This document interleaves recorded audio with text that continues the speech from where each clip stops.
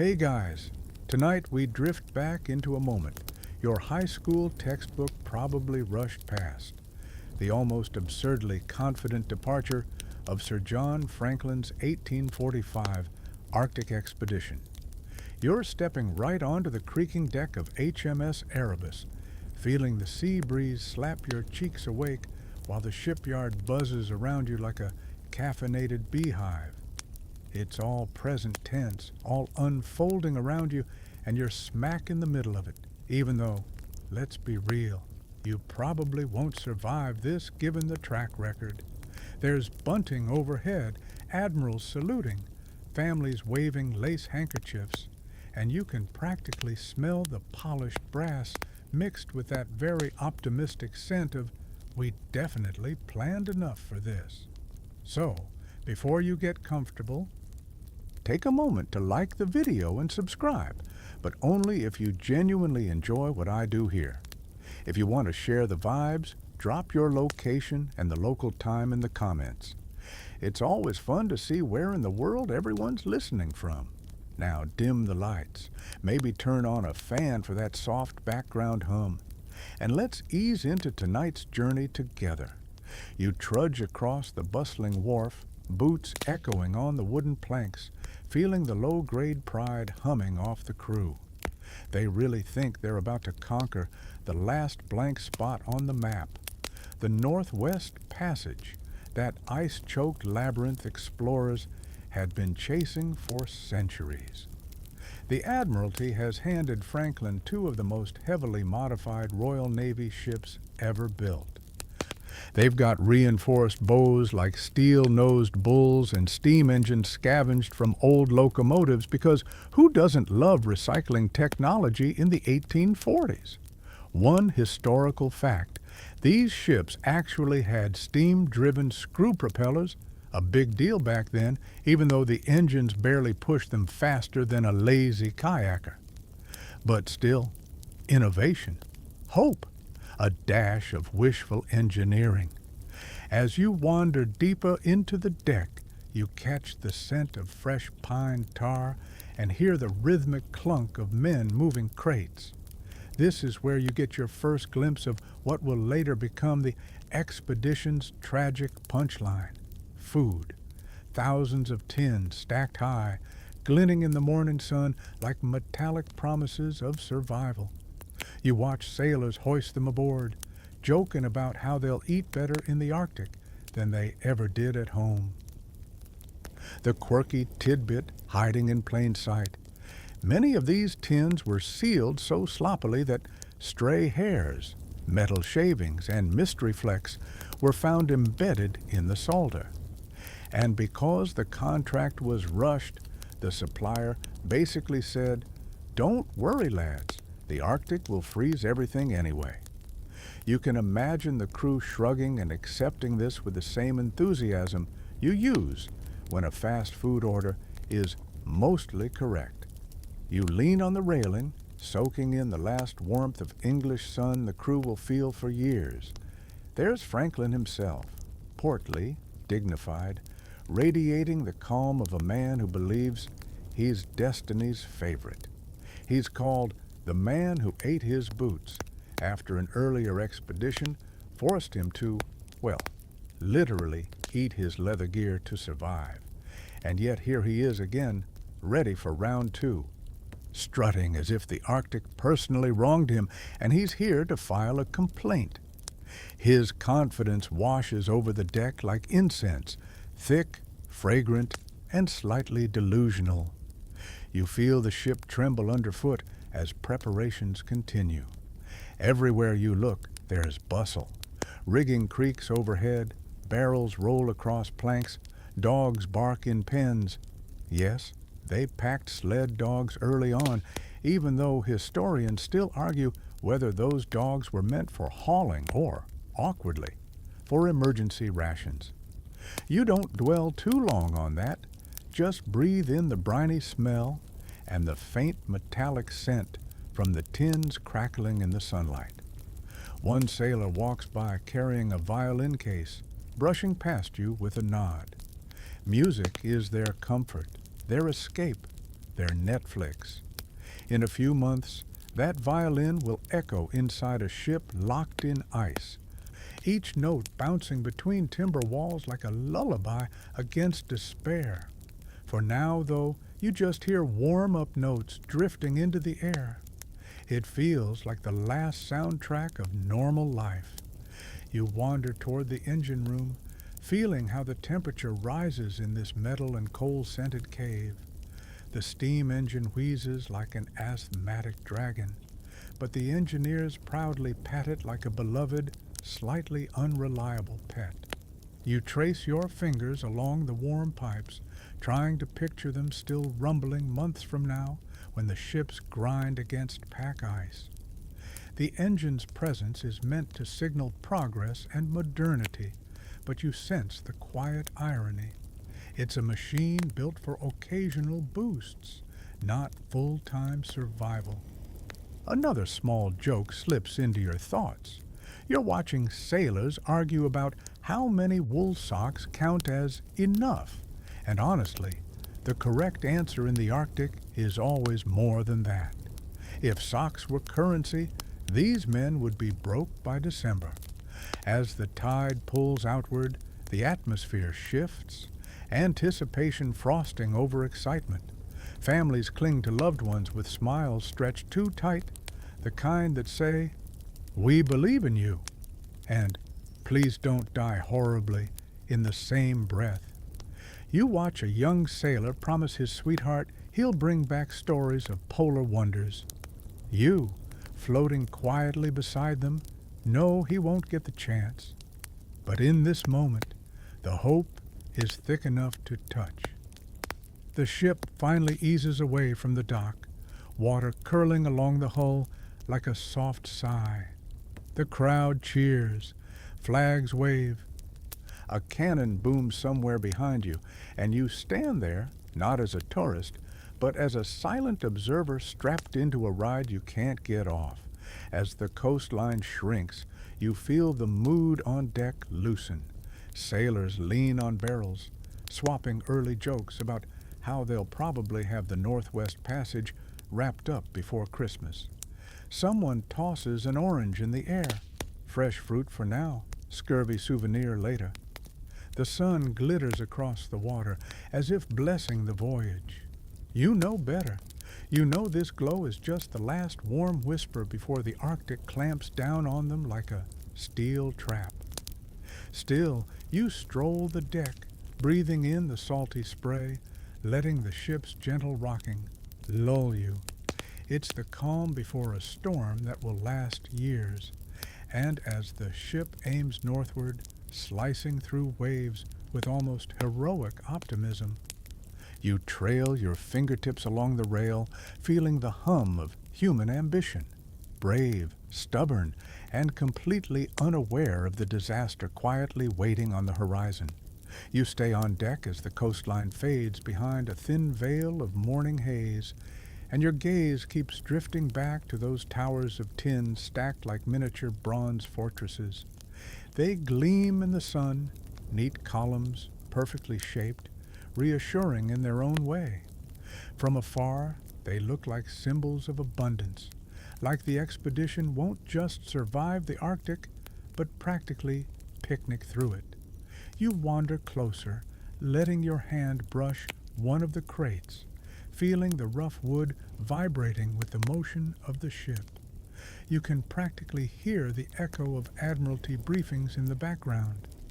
8,000 tins, gentlemen, enough preserved meat, vegetables, and soups to sustain 129 men for multiple years. It sounds foolproof, the kind of detail the newspapers love to splash across their pages to reassure anxious families. A mainstream historical fact slips in here. This colossal food order was, at the time, the largest tinning contract the British government had ever issued. They wanted efficiency, speed, and savings. You know how that usually goes. You bend to inspect a tin left open for demonstration, noticing how the solder glints along its seam. It should look smooth, neat, clean. Instead, It resembles the rushed handiwork of someone who skipped a few too many quality control memos. As you run your fingertip along the edge, carefully, because who wants a tetanus-flavored bedtime story, you recognize the first red flag fluttering quietly in the wind. The tins were supplied by a man named Stephen Goldner, a contractor known for delivering in bulk and, shall we say, enthusiastically cutting corners. The quirky tidbit drifting through your mind: Goldner's factory reportedly pushed workers so fast that they sealed tins with blobs of solar the size of marbles. You imagine one worker chucking a glob at a can like spreading icing on a cake, except this icing might poison you.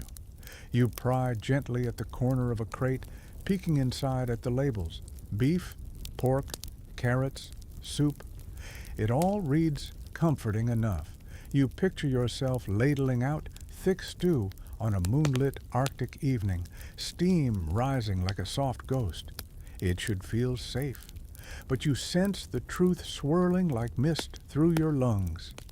These tins are going to betray the crew in slow, insidious ways. A sailor wanders by and nudges a crate with his boot. "Food for kings," he says with a grin. You nod, though your expression gives you away, because you've noticed some tins bulging slightly, just a subtle curve, like a can that's been in the pantry too long. Not enough to alarm anyone yet, but just enough to whisper, "Something's wrong here."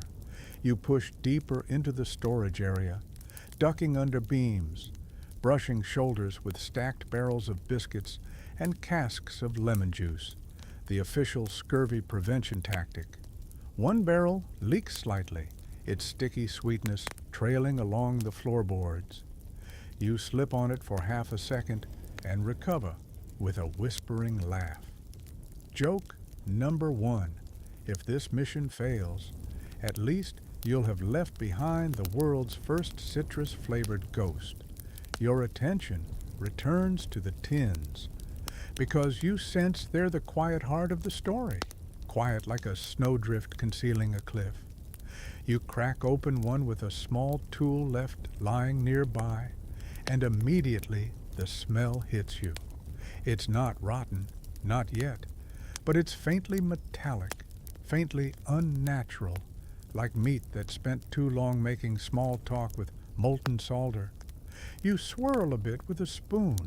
The texture is mushier than expected, like someone boiled beef until it confessed state secrets. One historical debate arises here, and you hear it whispered like gossip along the ship's beams. Historians still argue whether the tinning itself caused poisoning, or whether other factors, bad water, internal lead pipes, played a bigger role. People love a simple villain, and bad food tins makes for irresistible headlines. But the truth may not be that tidy. Still, as you peer inside this single open tin, you know one thing with perfect clarity: this food won't hold up to months locked in ice. It barely holds up to the gentle sway of the ship now. You move toward the ship's galley where heat radiates from the iron stove like a friendly hug. The cook is humming over a pot, stirring something thick and beige. You peek over his shoulder. It's pea soup, one of the staples crammed aboard. He ladles a bit into a bowl for you to smell. It's warm, hearty, comforting. You breathe it in, almost believing everything will be fine. But your eyes drift toward the shelves, where more tins line up like soldiers preparing for a war they don't know they'll lose. You wipe your palms on your coat and wander back toward the main deck, where sunlight feels like a safer companion. The crates stacked there feel heavier now, each one a quiet gamble. You imagine the men months from now chipping ice off the lids with numb fingers, praying the contents are still edible. You picture the disappointment when they find sour, spoiled mush instead of strength in a can. Another joke rises lazily to the surface of your mind. You're starting to think that if the Arctic doesn't kill them, British procurement policies might. You lean your elbows on the railing and stare out across the calm water, the ship cutting a gentle line through the surface.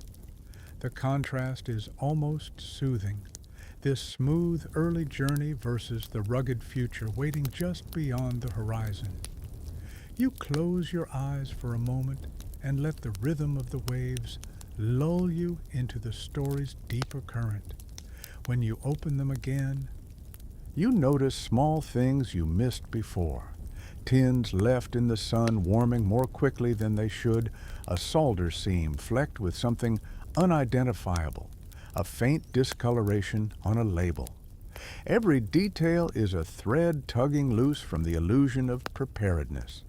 You spot a junior officer reading inventory numbers from a clipboard, his confident voice clashing with the uneasy truth you're starting to feel.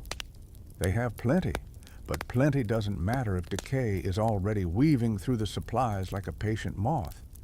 This is the moment where your understanding shifts.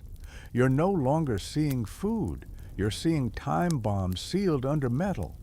You know the crew doesn't see it yet, and maybe that's a kindness. For now the tins just shimmer in the sun as the Erebus and Terror head northward. For now, the dream of abundance is still intact. You step back from the crates and let the breeze brush your face, cool and steady.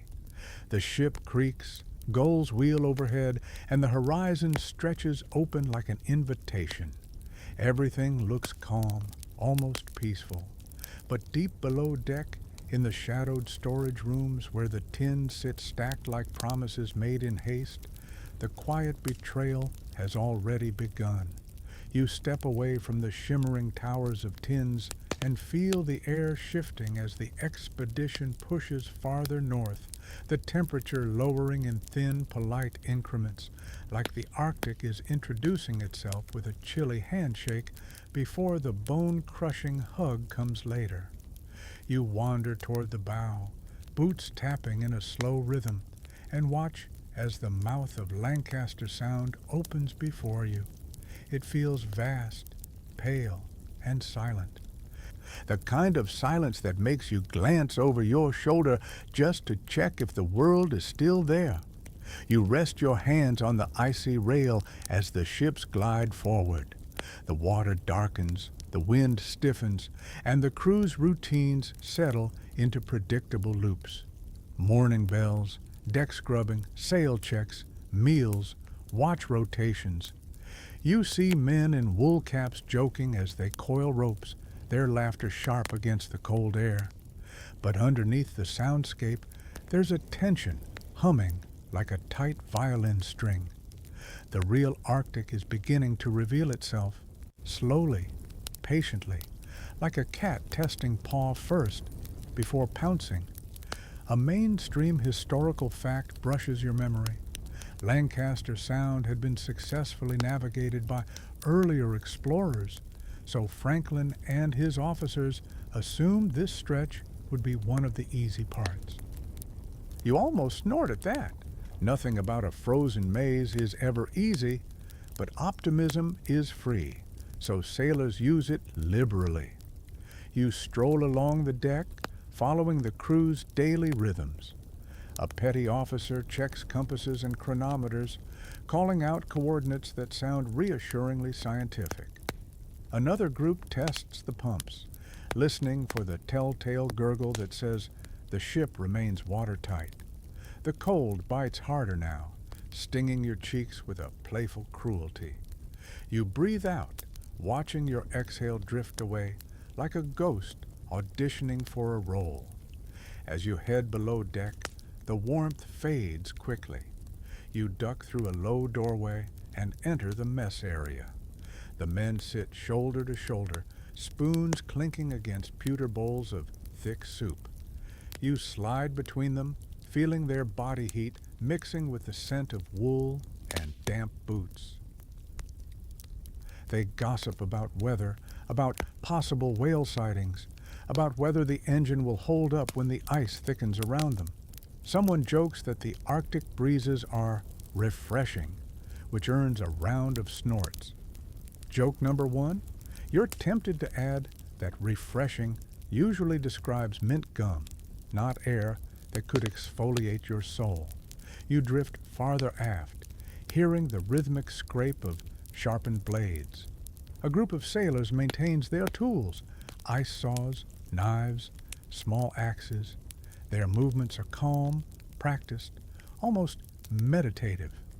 But the tools themselves remind you that the Arctic isn't just scenery, it's an opponent, a silent, patient one that doesn't need to lift a finger to wreck a ship. You climb back to the upper deck, where the landscape has shifted dramatically. Snow patches ride the waves like floating feathers.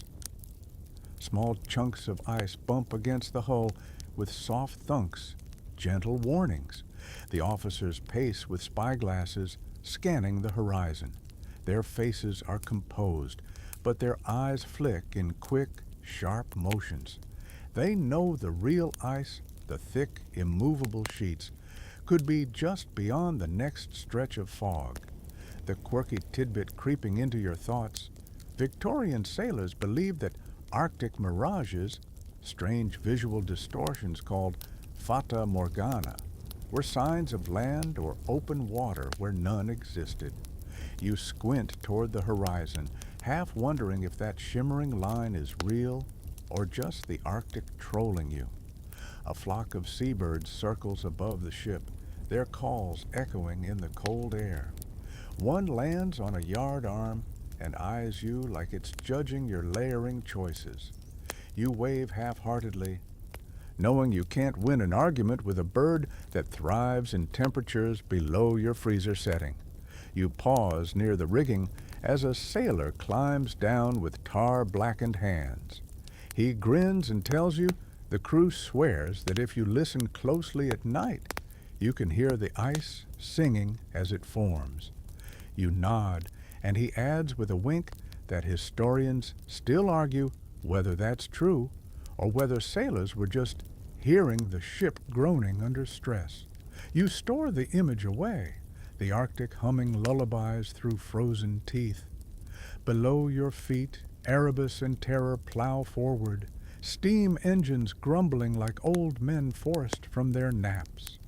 You wander into the engine room again, feeling the warmth wrap around you. The engineer wipes his brow with a soot-blackened rag. He's proud of the machinery. But even he mutters doubts about how long it will last once the real cold clamps down. Outside again, the decks grow slick as frost settles across every surface. You tread carefully, gripping the rail, and notice that the men's movements are slower now, more deliberate. You see the beginnings of fatigue, tiny signs like chapped lips and reddened fingers. Not enough to panic anyone, but enough to whisper that the environment is more powerful than morale. You pause near the midship mast where one of the officers is reading aloud from Franklin's orders. His voice carries across the deck, steady and authoritative. The instructions emphasize discipline, careful navigation, and scientific observation. Listening to him, you feel the familiar rush of admiration for human ambition, but also an undercurrent of unease. It's like reading a recipe while your kitchen quietly fills with smoke. Dinner rolls around again, and you drift back into the mess. The men eat heartily, but you notice subtle changes. More biscuits crunched between cold fingers, more glances at dwindling fresh stores. One sailor pokes his salted beef and jokes that if it gets any tougher, they'll use it to patch the ship. Joke number two, he's not entirely wrong. You lean against a beam, watching them laugh, unaware of the storm of challenges creeping closer with each mile. The light filtering through the portholes grows dimmer as clouds drift across the sky. A sense of foreboding settles into your bones like cold seeping through wool. When night falls, the ship glides through Lancaster Sound like a shadow sliding across black glass. The crew lights lanterns, their warm glow flickering against the wood.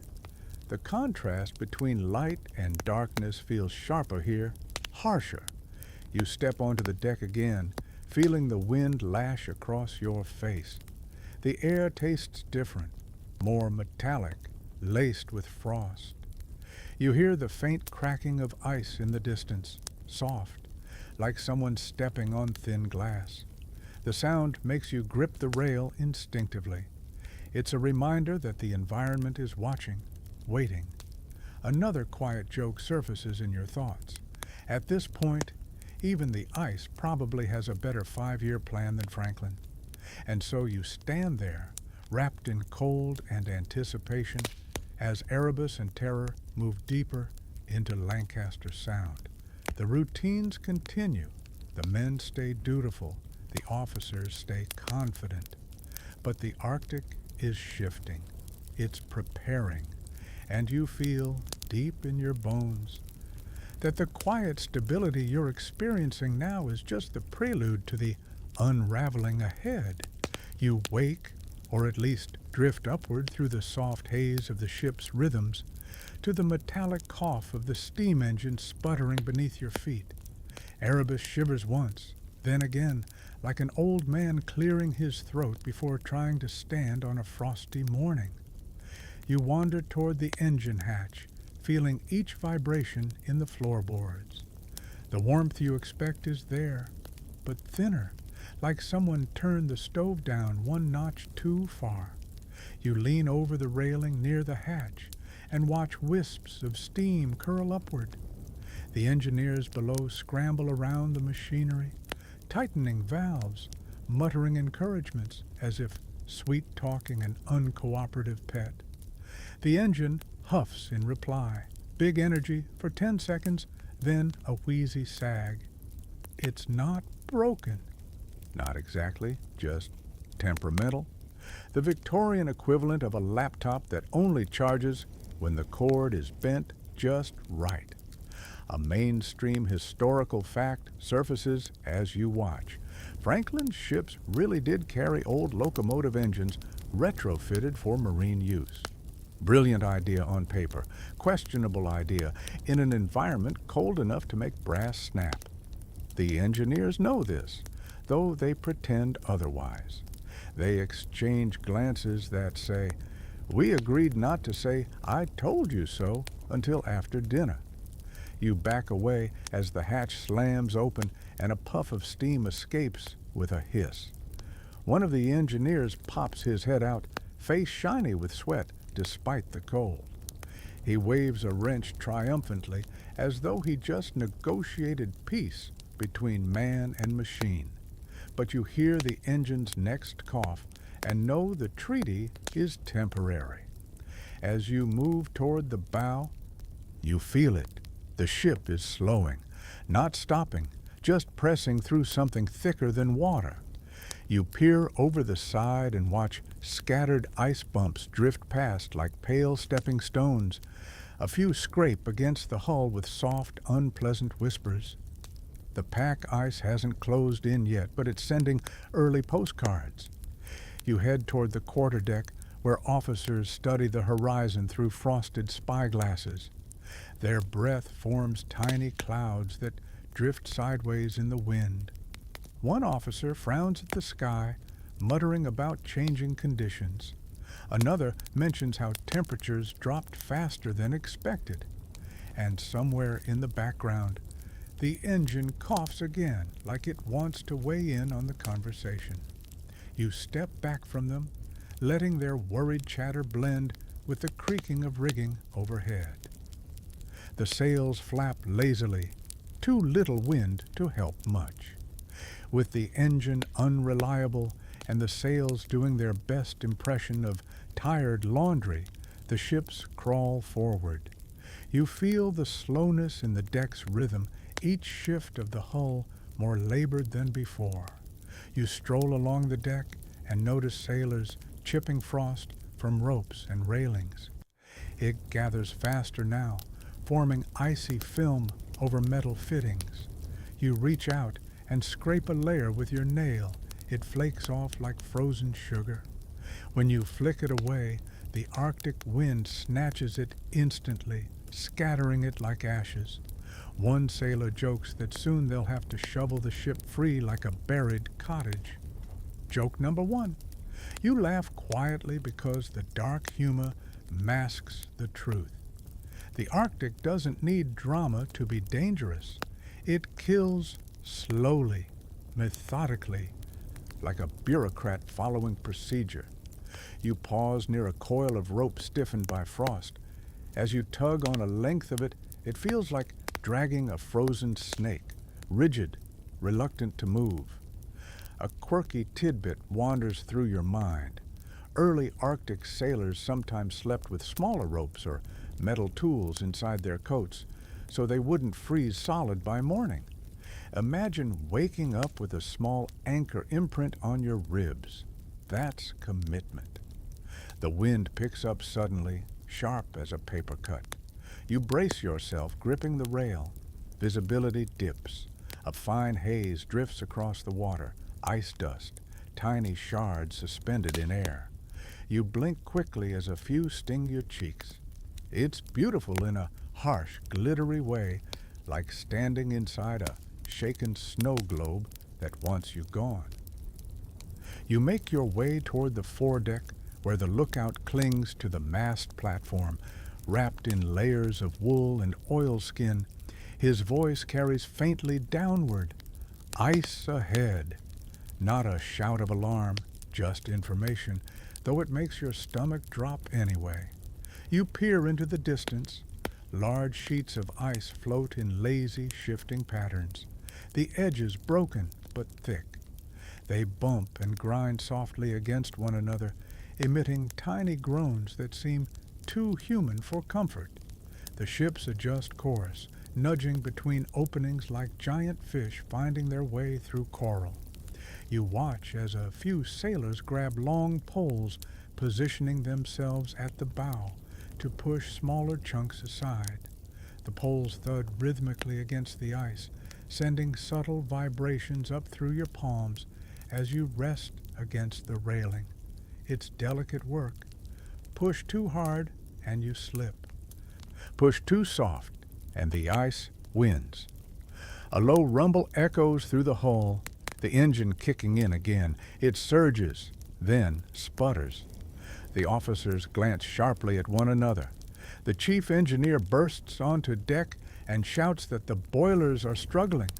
Something about pressure, something about freezing feed water. The details blur, but the tone is unmistakable.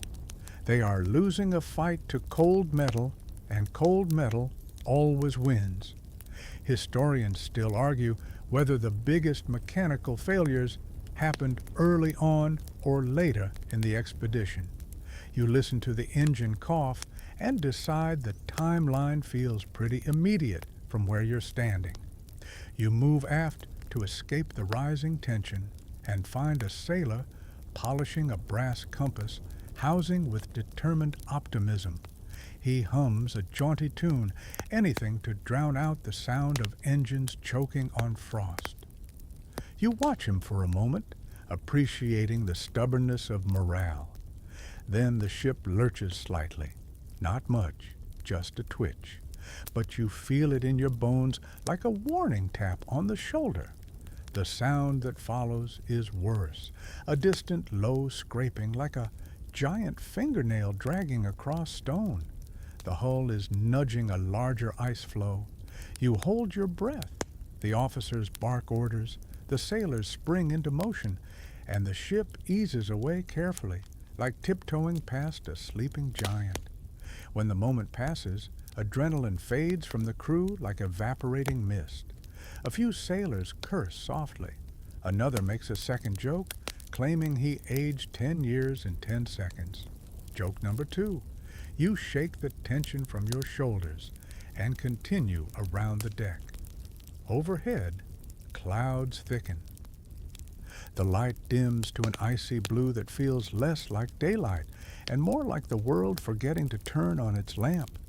You feel the temperature dropping, but not dramatically, just steadily, insistently, like someone tightening a screw one twist at a time. Hours pass in a slow, grinding rhythm of pushing forward, correcting course, tapping ice aside, coaxing the engine, and hoping the sails catch just enough wind. The men grow quieter, their jokes thinner. Even your thoughts seem to exhale steam. Another small joke tickles your mind. If optimism were fuel, these ships could outrun the ice for years. Joke number 3. But as the day turns to Arctic twilight, you know the truth settling over the deck like frost. The expedition is already losing small battles. A failing boiler, stubborn ice, shifting weather, little problems. Manageable. For now. But you sense how these tiny cracks will widen, how one misstep will echo forward. You stand near the rail, watching the dim horizon blur into cold silver. The ships press on, engines coughing, bows pushing aside the ice with weary determination. And you feel it deep in your chest. The Arctic is starting its slow, inevitable squeeze. You drift awake to the kind of cold that feels like a polite stranger tapping your shoulder, firm enough to be noticed, gentle enough that you hesitate before shivering. You stretch your fingers and wander across the dim deck, boots crunching over a fine crust of frost. The morning light is a thin, washed-out smear, the sun barely making an appearance as the ships continue their slow advance through a patchwork of drifting ice. But something feels different today. Not the cold, not the wind, not even the mournful groan of timbers settling under strain. No, it's the men. Their movements have lost a tiny spark, that casual fluidity you noticed before. You watch several sailors slump on barrels, rubbing their legs or shrugging stiff shoulders.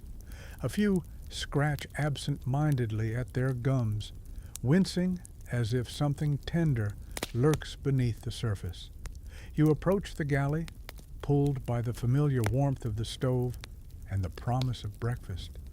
Inside, the cook ladles out something that tries its best to be porridge. You hover near the stove, letting heat seep into your bones, but your eyes drift toward the men gathered around the narrow tables. Their spoons lift sluggishly. A few leave their bowls half full, which is the Arctic equivalent of refusing a winning lottery ticket.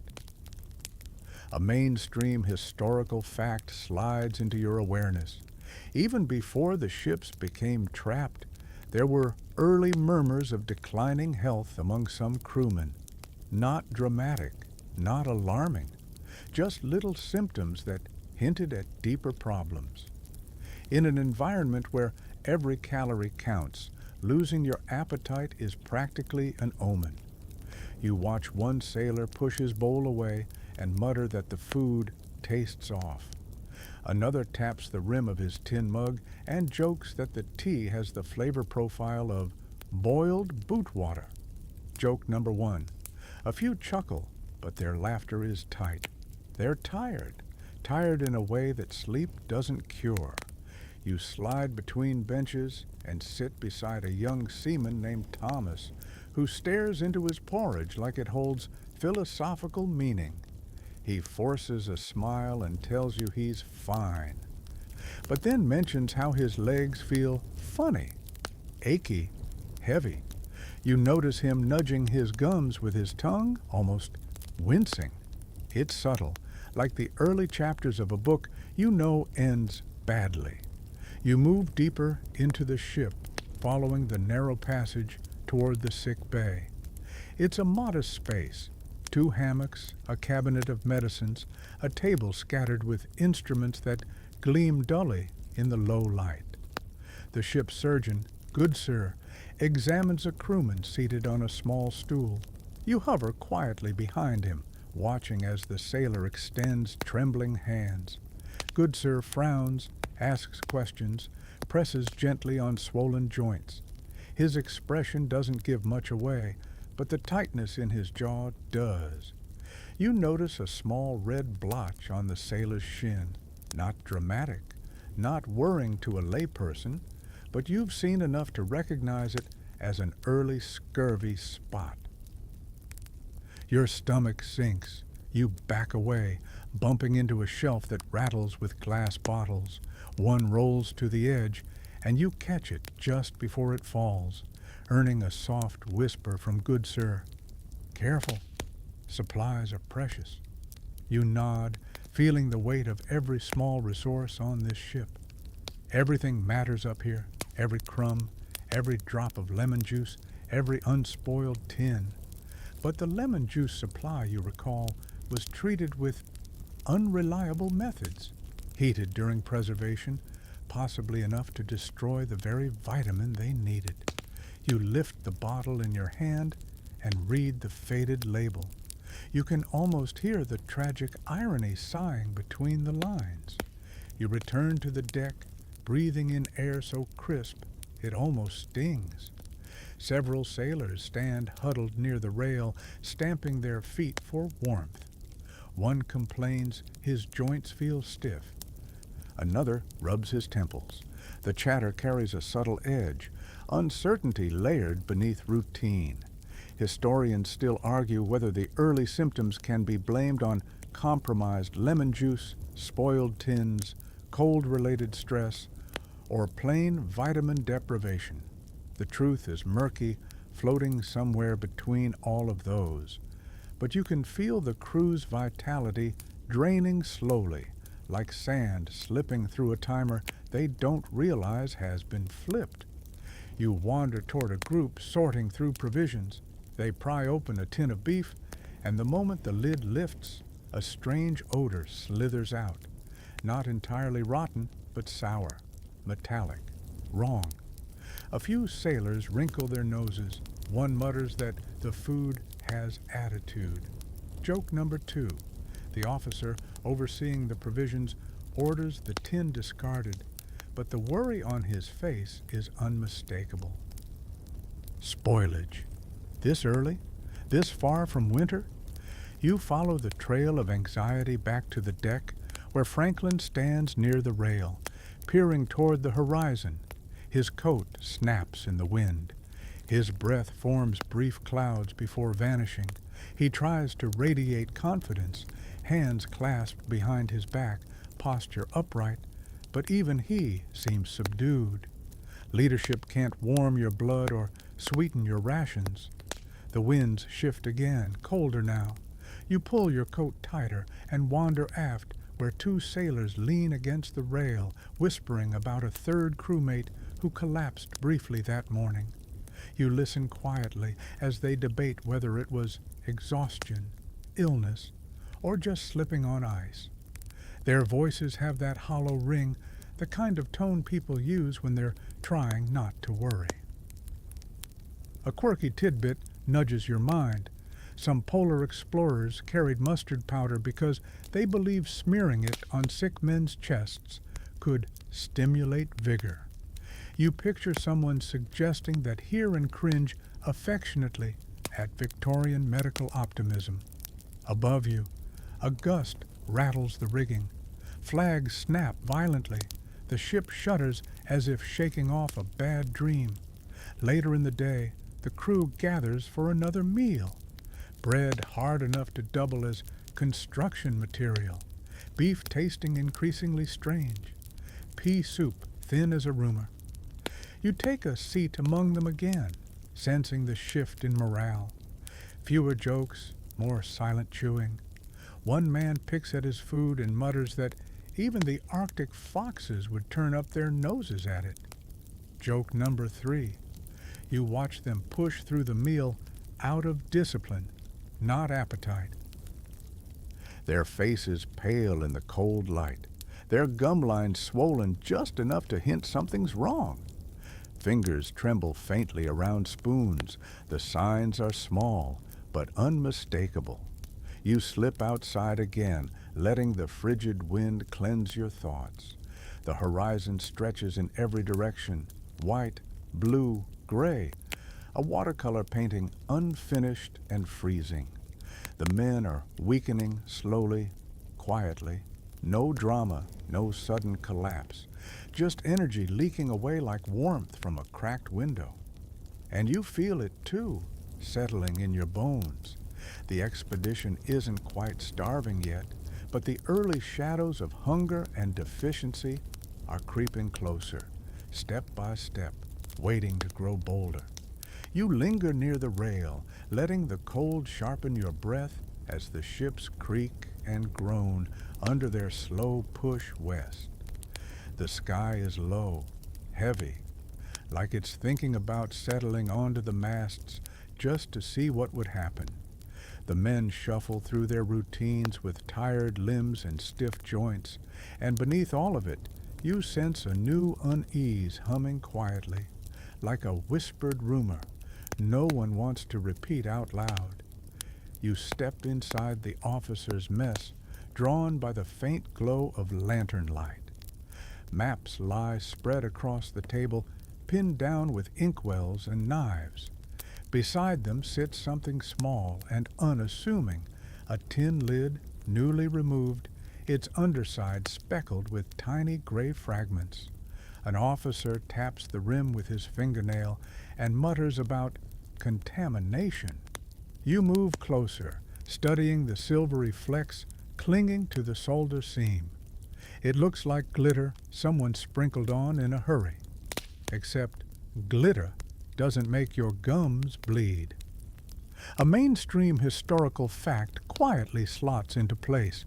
Many of the expedition's tins were sealed with lead-based solder, a quick and cheap method that sometimes left inside surfaces coated with microscopic lead beads. You trace your finger along the jagged seam of another lid and feel the weight of that realization. If the men are already weakening, this might be the reason tightening its grip. But here's the tricky part. Historians still argue whether the high lead levels found in the recovered bodies came from the food tins, the ship's internal plumbing, or long-term exposure common in Victorian life. Every expert tends to have a favorite culprit, and none agree completely. You picture them sitting around a table arguing over lead like gossip columnists debating celebrity scandals. The truth, annoyingly, is probably a mix of everything. You wander deeper into the room, watching Goodsir, the assistant surgeon, scratching notes in his journal. His handwriting wavers slightly, a detail you catch even though he tries to mask it. He closes the book when he notices you hovering, smiles politely, but the strain around his eyes betrays him. He's seen more swollen gums today, more joint pain, more fatigue. He's not alarmed yet, but you can tell he's thinking about it. Nearby, one officer tries prying open another tin for inspection. The lid resists until a sudden pop sends it flying, landing at your feet with a hollow clang. Inside, the meat is discolored, just faintly, like someone left it under a broiler for a moment too long. A greasy sheen coats the top. The officer mutters a curse under his breath and signals for the tin to be set aside. One spoiled can might be excused. Two becomes unsettling. By the 10th, the word pattern begins whispering through the ship's halls. You step back onto the deck where the wind cuts like thin blades of ice. Sailors work the rigging with weary arms. You watch one man pause mid-motion, shaking his hand as though trying to coax warmth back into it. You spot another rubbing at his temples repeatedly. They blame the cold, the long hours, the tedious diet. And sure, some of it is that. But as you drift among them, you sense something deeper sinking its claws in. something chemical, invisible, patient. A sailor leans against the port rail, staring at the shifting ice.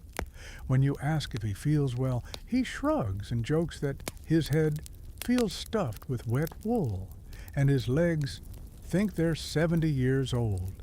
Joke number 1. But then he adds, quieter. That food tastes strange lately, metallic, bitter. You nod, offering a sympathetic half smile you don't fully feel. You climb toward the forecastle, where 2 men are sorting through the latest open tins. They compare textures, sniff cautiously, poke at the contents with wooden spoons. One mutters that Goldner's food could kill a man twice, once going in, once coming out. Joke number 2. His partner doesn't laugh as much as he tries to. You pick up an empty tin and roll it between your palms. Its weight feels deceptively normal, but you can see tiny imperfections in the solder line, places where the seal looks too thick, too uneven. A quirky tidbit bubbles up. Lead solder, when improperly applied, sometimes dripped inside like stalactites in miniature, creating little metal tears clinging to the tin walls. Imagine preparing dinner and discovering your stew comes with a side of industrial garnish, Victorian cuisine at its finest. The cold intensifies as clouds thicken overhead. You hug your coat tighter, watching the horizon blur into streaks of pale silver. The ships creak, shifting through tightening channels as the ice begins its slow advance. The Arctic presses closer, not aggressively, but with the patience of a predator that knows it doesn't need to rush. Below deck again, you pause near the entry to the crew's quarters. The air smells faintly of damp wool and stale biscuits. A lantern sways gently above you, casting long shadows that ripple across the hammocks. You hear coughing from one end, dry, persistent. You see another sailor massaging his jaw, his fingers probing swollen gums. Someone mutters in irritation when a spoon clatters to the floor. Historians still argue whether lead poisoning alone could produce such early symptoms.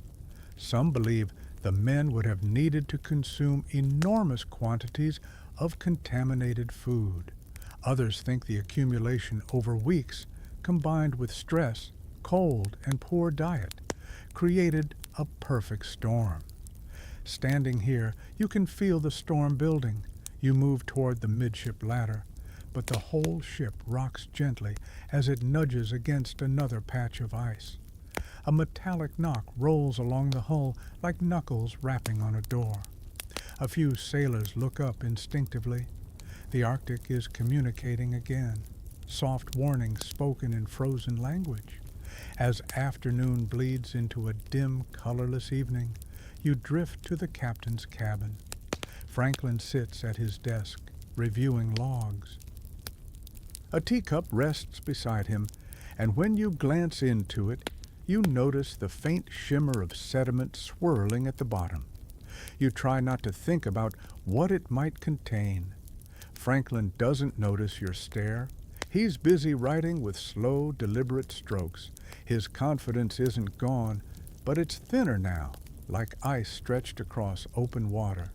You retreat quietly, letting the corridor swallow you. As you head toward the deck again, something feels heavier in your chest. Not fear exactly, but recognition. The expedition isn't starving yet, not visibly, not dramatically. But something is draining their strength meal by meal, sip by sip. The lead theory hangs in the air like fog, uncertain, debated, but undeniably present, weaving through their bodies with each swallow of tainted broth. You pause near a crate of yet unopened tins. Their metallic surfaces gleam innocently in the lantern light. They look like treasure chests. They feel like trap doors. You rest your palm against one and feel the cold seeping through the wood. Then a sailor nearby makes a joke to lighten the mood, claiming that if the food doesn't kill them, the boredom will. Joke number 3. It earns a few tired chuckles, but you hear the truth under it. The crew is unsettled, fraying slowly at the edges. The lead is there, somewhere in the shadows, maybe in the tins, maybe in the pipes, maybe in the long gray smear of Victorian life that followed these men north. But whatever its source, you can feel its influence tightening like a quiet noose as Erebus and Terror push deeper through the ice. You move through the narrow corridor as if gliding through the inside of a tired lung. The ship inhaling and exhaling around you in the slow creak of timbers and the low murmur of men talking just to fill the silence. The cold outside has become less of an intruder and more of a roommate. Always there, always slightly in the way, always reaching a hand under the door. You push through a hatch and appear in the shared space where a handful of sailors sit hunched over a makeshift gaming board. Scratched coins clink as they slide across the surface. Someone has carved crude shapes into the wood, circles, lines, barely organized into rules. But it's enough to create an illusion of stakes. You lean against the bulkhead and watch, noticing how even their laughter lands differently now. It's shorter, thinner. People laugh with their mouths but not their shoulders. You feel the ship shift underfoot, just slightly. The ice outside has tightened its grip. Erebus and Terror aren't gliding now. They're negotiating. Each crack and groan through the hull feels like another clause being added to a contract no one read fully before signing. A mainstream historical fact floats quietly through your mind. During their early months in the ice, the crews of Franklin's expedition tried to maintain strict routines, watches, exercises on deck, regular meals, even amateur theatricals, to keep morale and discipline high. Officers believed structured days would keep the men from sinking into despair. You can see it happening around you. Order pushed forward like a shield against the creeping anxiety. You head up the ladder to the upper deck, where the sky is a dull, fogged-over gray, and the ice is thickening into a rough, white lid. The cold hits you immediately, sharp, clear, uncompromising. You watch 2 men stomp across the deck, arms swinging exaggeratedly as they take their daily exercise. One mutters that if he wanted a walking club, he would have stayed in London. Joke number 1. Across the gap, you can see Terror, her dark hull contrasting with the pale ice, masts and rigging laced with frost. Smoke curls faintly from her chimneys. The 2 ships sit close, like old friends who ran out of things to talk about but refused to leave each other's side. You imagine the moods aboard Terror mirror what you're feeling here. Fatigue, boredom, a growing edge of irritation they're all too polite to name. You're ferried across in your imagination, stepping onto Terror's deck, where the sounds are eerily similar but slightly muffled, as though the ship itself is more introverted. Below deck, a group of men sits clustered around a tiny stage built from crates.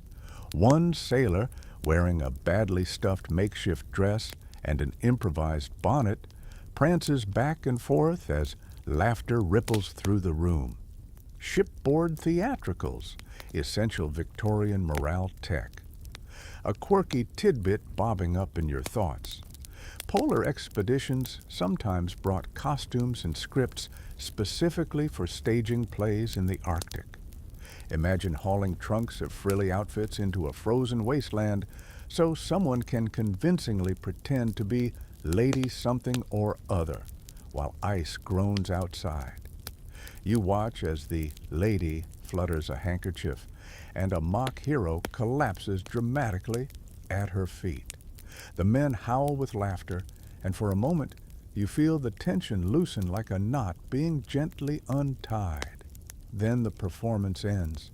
The lanterns dim slightly, the laughter fades, replaced by coughing and the rustle of men shifting on benches. Someone rubs his chest with a wince. Another yawns too wide and groans when his jaw aches.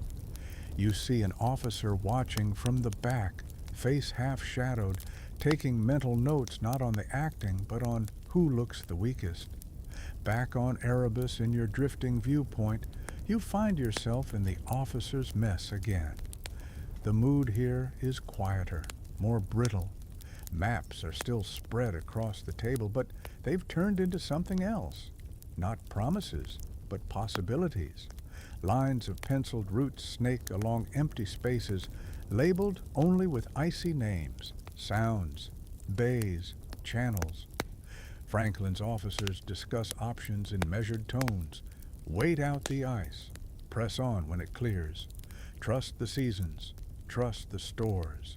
Trust the planning. Historians still argue whether Franklin should have risked moving sooner, pushing aggressively through uncertain channels, or whether caution was the wiser choice. You stand there, listening to them weighing miles against months, and feel how every decision is layered with pressure. The expectations of the Admiralty, the limits of the men, the unknown moods of the ice. You slide away from the officer's polished world and drift back into the enlisted quarters. The air here is heavier, laced with the smells of unwashed wool, stale sweat, and tallow candles. Hammocks sway gently, each one a narrow cradle of fraying canvas. Men lie wrapped in blankets, some reading, some staring at nothing, some just existing in a quiet that feels too large for the space. One sailor traces a crude drawing into the wood beside his hammock. Perhaps a house, perhaps a tavern, perhaps something only he recognizes. You watch his fingers slow, then stop as he rubs his forehead like it hurts to remember warmth. He laughs when another man asks what he's drawing and says, "My future, if I ever get one." Joke number 2, soft and a little jagged. You notice how conversations shift now, less about adventure, more about time. How long until spring? How much fresh food is left? Did you hear about so-and-so's swollen gums? The answers are vague, unsatisfying. People pretend they're joking when they ask, but their eyes don't match their voices. You wander to the tiny corner where religious services are held. A chaplain's Bible rests on a small stand, worn at the edges. Some evenings, the men gather to sing hymns, their voices blending into a low, haunting hum that rolls through the ship like a distant organ. Tonight, only a few attend, their heads bowed. You sit among them, listening to the slow, measured cadence of Scripture. The words talk about faith, endurance, trial. Up here, those aren't metaphors. They're the daily weather report. The cold deepens as the sun dips toward an early, reluctant dusk. On deck you watch as officers inspect the ice, note any slight movement, measure pressure. The horizon is still, frozen in place. The ships feel pinned, held not just by ice but by time itself. Another sailor, looking over the side, mutters that he's tired of seeing nothing but white and gray. "I'd commit crimes for the color green," he says. Joke number 3. You imagine fields, trees, moss, anything softer than this endless, abrasive palette. As days bleed together, boredom and illness start to braid themselves. Men snap at each other over small things, misplaced tools, slow responses, a poorly told joke. One card game ends with a brief shoving match before everyone remembers they're stuck together in a wooden box thousands of miles from home. Apologies are muttered, voices lower, but the moment lingers in the air afterwards like the smell of smoke long after a candle goes out. You feel that tension every time the ship groans, every time a spoon drops, every time someone coughs and then coughs again. Conversations that might once have been light-hearted now carry little hooks hidden in them. You look tired doesn't mean you should rest anymore. It means I've noticed you slipping. In the quiet of one long evening, you find yourself standing between Erebus and Terror again in your imagination, like there's an invisible bridge of ice and worry connecting them. On one ship, a fiddle plays a hesitant tune. On the other, dice clatter across a table. Above both, the sky hangs unmoved, a pale lid over a pot that's beginning to boil very slowly. You breathe in the frozen air and let it fill your lungs, cold and thin. The expedition hasn't collapsed. Discipline still holds. Meals are still served. Duty is still done. But illness has slipped into the gaps. Boredom has sanded down their patience. The cold has crawled into their joints and their thoughts. And now, every conversation, every shared glance, every small joke carries just a hint of strain, like the creak of a beam bearing a little more weight than it should, waiting to see what happens when one more burden is added on top. You wake to a deep, resonant crack, loud enough to rattle the timbers, soft enough to make your pulse jump only after a heartbeat's delay. You rush onto the deck, breath billowing in pale clouds as your boots hit the planks. The world outside is a frozen mosaic, slabs of ice packed together so tightly they look fused, a sprawling white continent masquerading as an ocean. Erebus and Terror sit entombed, their hulls wrapped in ice so thick you could walk beside them without getting your feet wet. You trail your fingers along the rail, feeling cold biting at the wood like tiny teeth. The air is still, eerily still. Even the sailors' movements sound muted, swallowed by the snow-draped silence. You watch Franklin step onto the deck, his breath clouding before vanishing into thin, merciless air. His posture is stiff, but whether it's from cold or pressure, you can't tell. A mainstream historical fact surfaces. By early 1847, both ships were firmly frozen into the pack ice near King William Island, unable to move despite months of waiting for a thaw that never came. The ice held fast like a giant hand pressing down on them, unyielding. You drift toward the midship mast where a group of sailors chip frost from ropes already brittle as dried bones. One man swings his pick with sluggish effort, pausing often to rub his aching shoulder.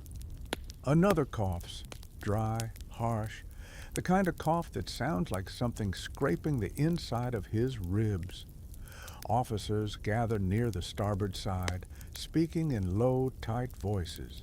You hear words slip out. Food, sickness, distance, Inuit sightings. But the frigid wind steals the rest. Whatever they're deciding carries weight, and you feel it pressing against your skin like the ice itself. The day drags in a dim smear of gray light. When evening arrives, the horizon barely shifts color. It just darkens slightly, like someone turned the world's brightness down. Lanterns flicker into life, casting amber halos through the frosty air. You slide into the dim warmth below deck, but even here the cold seeps in. The hammocks sway lazily, stiff canvas creaking under the weight of exhausted bodies. One sailor pulls himself upright and stares at you with dull eyes. His cheeks look sunken, his hands tremble faintly, and when he speaks, his voice is a dry whisper wrapped in fatigue. "We can't stay in the ships forever," he murmurs. You hear the truth settled under the words. They are running out of time, strength, and illusions of safety. A quirky tidbit bubbles up in your mind. Some sailors believe that sleeping on the ice, even a few yards away from the ship, could sap your soul, freezing it before dawn.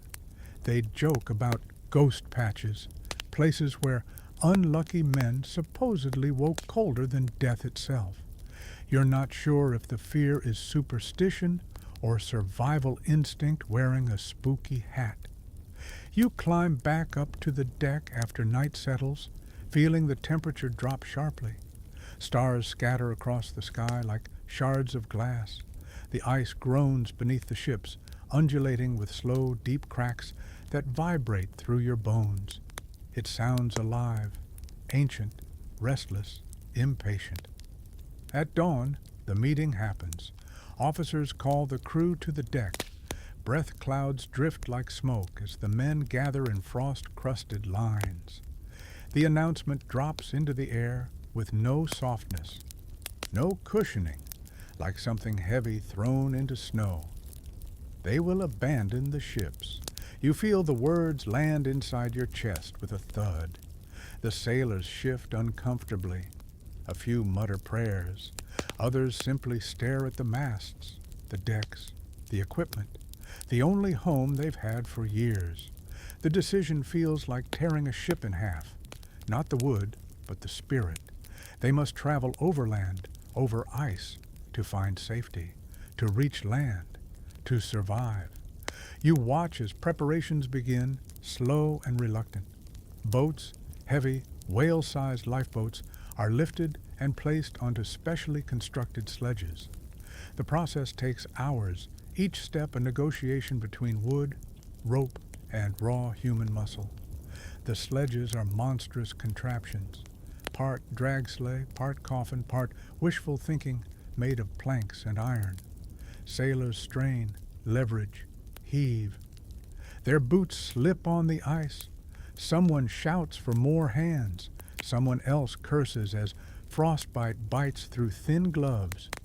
You move alongside them, feeling their effort through the crunch of snow and the strained grunts slicing through frigid air. It's like watching ants drag an elephant across a frozen lake. One man wipes his brow, realizes the sweat is freezing in his eyebrows, and jokingly mutters that he's going to become his own ice sculpture before the sled even moves. Joke number 1. Once the boats are secured, they begin loading supplies, food tins, rifles, blankets, scientific instruments, because Victorian explorers refused to quit science even when starving, and personal belongings. A sailor places a violin case delicately beside the crates. You blink at it, surprised. He's bringing music into a situation that barely has room for hope. But maybe hope is the point. Some men hesitate before handing over their personal kits. Small journals, pipes, bits of letters. They tuck them into the boats like offerings, praying they won't freeze, praying they won't freeze. The sound of boots crunching across the ice fills the air as the first crew begins testing the weight of the sledge. The boat shifts inches at a time, scraping against the snow with a noise that grates at your nerves.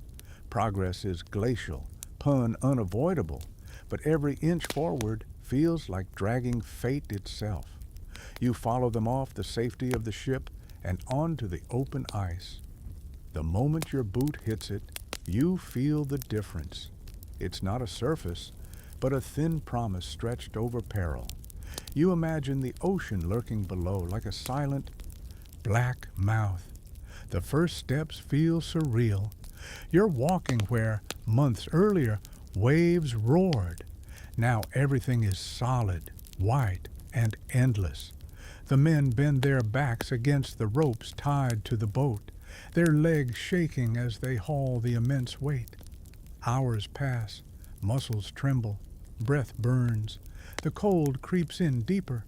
Frost forms on beards and coats, tiny crystals that glitter morbidly under weak sunlight. Historians still argue whether abandoning the ships was the right decision, whether Franklin waited too long, whether they should have tried earlier, whether hope sank with the ships or with the choice to leave them. But right now, watching these men struggle across the barren ice, you feel how impossible the decision must have been. A sailor stumbles beside you. Another catches his arm, muttering, "Don't fall. If you lie down here, you're done." The words hover between warning and prophecy. You see a man pause, staring back at the ships, dark silhouettes trapped in pale imprisonment. He whispers, "Feels like we're leaving our bones behind already." Joke number 2, though the humor barely clings. The hauling continues. The ice cracks subtly beneath you, not enough to break, just enough to remind you it could. Each sound slices through the air, the rasp of rope, the scrape of wood, the labored breaths of men carrying hope made heavier by doubt. Another sailor pulls his mitten back to examine swollen fingertips and mutters, "Should have brought gloves made of dragon skin." Joke number 3. You trudged far from safety now, if safety was ever real. Behind you, the ships shrink against the frozen horizon. Ahead lies only a vast, hostile plain and the dim promise of land somewhere beyond the endless white. And in that slow, terrible march of boots and boat runners, you feel the heart of the expedition changing, courage turning brittle, discipline stretching thin, hope bending under weight heavier than any lifeboat. You trudge forward with the men across the cracking white emptiness, your boots sinking millimeters into the powdery crust, each step releasing a soft, hollow puff of cold air. The sledge ropes dig into shoulders, chafing wool through wool, skin through pride. Every breath feels like inhaling pins. But it isn't the cold or the weight or even the gnawing hunger that begins to haunt the crew most. It's the whispers. Quiet at first, uncomfortable, almost ashamed. Whispers about what the Inuit have reportedly seen. Whispers about what desperate men might do when food runs out and hope thins like old cloth. You feel the tension ripple through the group, subtle as the tremor of ice beneath your feet. No one speaks openly of it, not yet. But the rumors travel faster than the sledges. You watch the men glance at one another in quick, haunted flicks of the eyes, like they're afraid the truth might be hiding in the next shadow. A mainstream historical fact surfaces in your thoughts. Later, Inuit testimony reported sightings of starving white men dragging boats, and, more disturbingly, signs that some may have resorted to cannibalism. These accounts were collected years after the expedition vanished, sparking scandal and fierce denial back in Britain. Victorian society preferred a clean tragedy, not a messy human truth. But out here, no truth stays buried for long. You continue walking beside the men, feeling the weight of their exhaustion. One sailor slips on a patch of hard ice, landing heavily on his knees. His partner helps him up, muttering something soft, but the fallen man's eyes look hollow. He wipes frost from his lips and breathes out a trembling sigh. As the crew trudges onward, you hear the soft murmur of conversation behind you. Two men speak in hushed tones. You don't catch every word, but enough pieces drift your way. Inuit saw bodies, cut marks. Maybe they lied. Maybe they didn't. Their voices tremble like thin candle flames in a draft. The day grows dimmer, meaning the sky simply turns from pale gray to an even paler gray, a color best described as Arctic hopeless. You walk closer to the boat sledge, watching the ice groan beneath its weight. The sound travels like a low drum beat under your soles. A quirky tidbit nudges your thoughts. Victorian newspapers sometimes invented stories about Arctic ghosts, haunting explorers who crossed into forbidden lands. You imagine the men might prefer ghosts over what the Inuit described. Ghosts can be ignored. Hunger cannot. You slow your pace, letting your gaze travel across the scattered figures ahead. Their silhouettes look sharp and fragile, like paper cutouts glued onto a blank canvas. Every now and then, a man pauses, gripping his knees as if checking they still belong to him. Fatigue has begun melting their strength, pooling it somewhere unreachable. You drift closer to one group and hear another shaky attempt at humor. A sailor mutters, "If I get any thinner, I'll slip through the cracks and save everyone the trouble of dragging me." Joke number 1. Thin, weak, but still an attempt to hold the world together. You step forward again until you're near the front of the hauling line. An officer marches at the lead, jaw clenched, eyes fixed forward. He doesn't address the rumors. Officers never address rumors. They march over them like snow. But you see the swelling in his joints, the shallow breaths he tries to hide. Leadership here doesn't mean stronger. It just means pretending longer. Ahead in the near distance, you spot something dark against the white. At first it looks like a shadow, but as you approach, it sharpens into the shape of a short stone cairn, a small mound built by Inuit travelers. The sight makes several sailors stiffen. They gather around it, brushing snow from the top.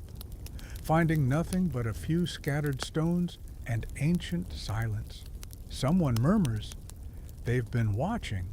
Another replies, "Probably think we're mad." You notice the unease between them widening like a crack. The Inuit sightings, they're real. The voices carried through testimony, they're real too. And their reports weren't delivered with malice, but with realism. They saw what they saw. The march continues into late afternoon. The sky dims further, the air sharpens, and the cold presses closer as if trying to step into your coat. You hear the shuffling steps of weakened men and the occasional grunt as the sledge jerks over rough ice. Everything feels tactile, heavy, deliberate. Then, during a brief halt, a sailor named Reed collapses to a sitting position, breathing hard. His hands tremble uncontrollably. Another crewman kneels beside him, rubbing his arms, whispering encouragement. You hear the faintest edge of fear in Reed's voice as he says, "If I close my eyes, I feel like I'm falling." His companion responds with forced cheer. "Then don't close them, mate." Joke number 2, but it lands with a dull thud. You walk a little away from the men, letting the wind fill your ears with its icy hum. As you stare across the endless white, something feels strange, too still, too empty, the kind of emptiness that makes you wonder what stories the ice would tell if it could speak. You return to the group as they prepare to move again. The officer calls out orders, but his voice sounds thinner than before. Everyone is thinner than before. The cold isn't just outside anymore. It's inside them, inside their bones and their thoughts, freezing everything slowly. As you fall into step with them, one sailor leans toward another and whispers, "Do you think the stories are true?" His companion replies only with silence, which is worse than denial. Historians still argue whether the Inuit accounts of cannibalism were accurate interpretations or whether cultural misunderstanding shaped the details. But you feel, through the tension in the air, that the crew believes the possibility, not because they choose it, but because the cold breaks choices down, one by one. Men want to believe they're unbreakable until the world proves otherwise. Hours later, during another brief stop, the men huddle close together, sharing what little warmth their bodies still produce. The sky darkens further, promising a night that will press on their ribs like a weight.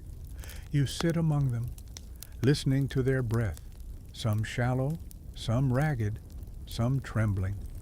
A man tries to make light of the growing silence and mutters, "Well, at least none of us look tasty." Joke number 3. A few men force weak smiles, but most stare into the snow. You look around the circle, feeling the brittle edge in the air. The men are still here, still fighting, still hauling, still breathing, but you feel how thin that thread has become. The rumors, the Inuit testimonies, the whispered possibilities, they linger now like a shadow behind every step, every cough, every faint tremble of a hand.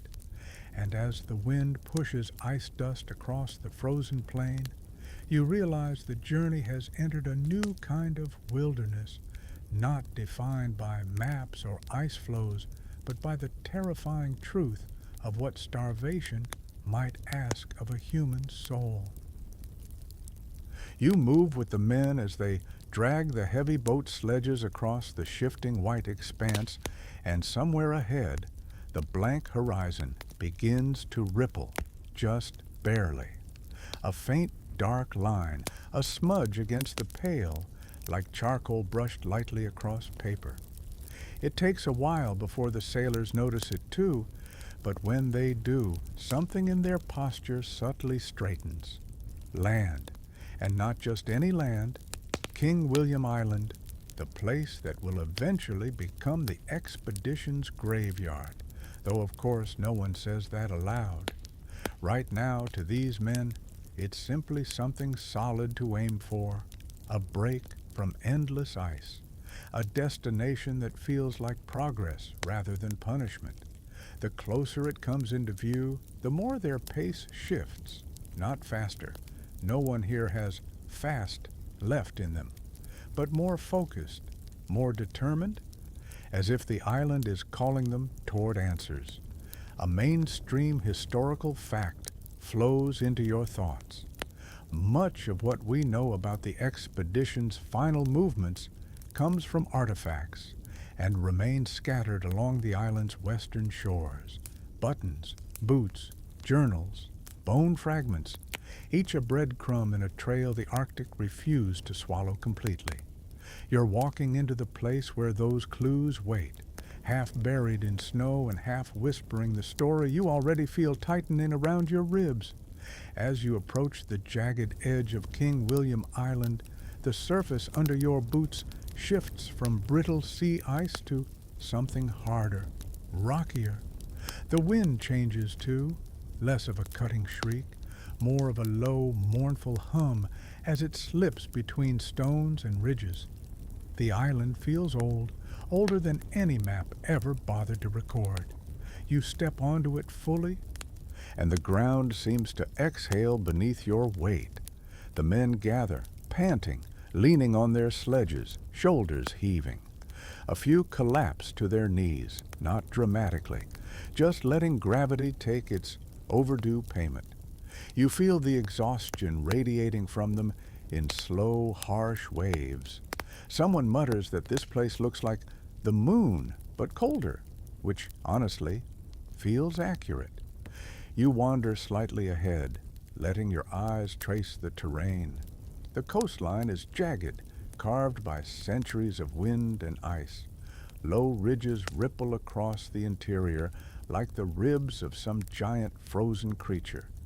The ground is littered with patches of gravel and snow that crunch under your steps like breaking tiny bones. A quirky tidbit bubbles to the surface.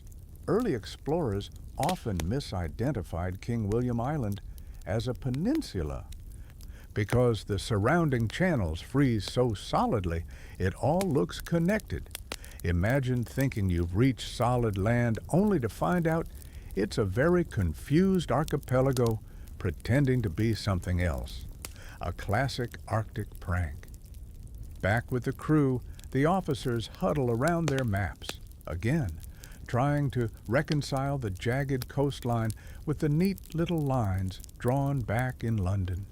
Franklin is gone now, but his surviving officers still cling to the belief that if they just follow procedure, just adhere to the plan, just keep going a little farther, they'll find rescue or the next supply cache or some stroke of navigational luck.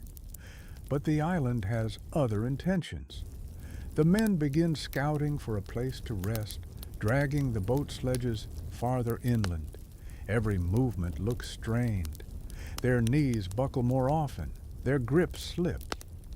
Their breath comes in short bursts. One sailor lurches forward and falls face first into the snow. Two men rush to help him, but when he stands again, his eyes are glazed with the unmistakable sheen of exhaustion that borders collapse. You kneel beside him briefly. His hands shake violently. His lips are cracked, bleeding in thin lines.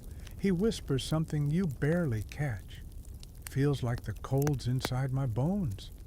You squeeze his shoulder gently, wishing comfort didn't feel so fragile here.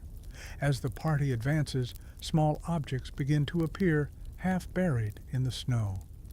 Nothing dramatic at first, just a scrap of fabric, a splintered piece of wood, a rusty nail. But they're not random. You know, in your gut, these are the first clues of what future searchers will discover. You pause beside a rock where something metallic glints faintly. Kneeling, you brush snow aside and uncover a single button still attached to a scrap of decomposing cloth. A sailor notices and joins you. He picks it up, turning it over in shaking hands.